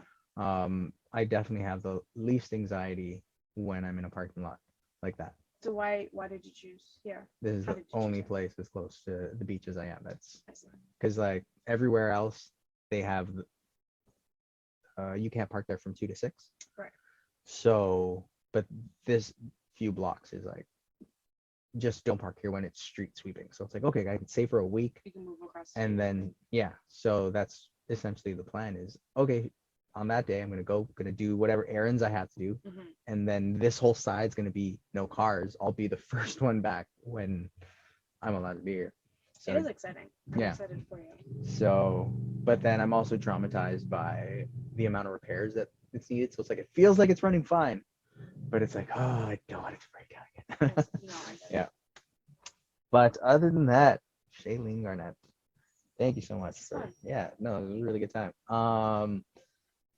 What's the plans? What's going on for the rest of the day? I think I'm getting picked up. Yeah. And yeah, I don't know. Nice. Just to find out. Fun. Nope. Grab a bite maybe. Wonder what I'm gonna make. Excited. But yeah, thank you for coming out. My pleasure. Thank you for having me. And I can't wait to know what your hobbies are I'll that you're gonna text pick you. up. I'll text And you. the next big project that you land. I'm excited for that because I'm excited for that too. Yeah. Whatever that is. well, until Hey, but if then, you're here now, we can be self-tape buddies in the meantime. So yeah, no fair. if I you're still yeah. auditioning right now. I just put the sheet up here, and then make this my blank wall. But yeah, 2 Degrees Podcast brought to you by the Play On Foundation. Thank y'all for coming out. Aquí,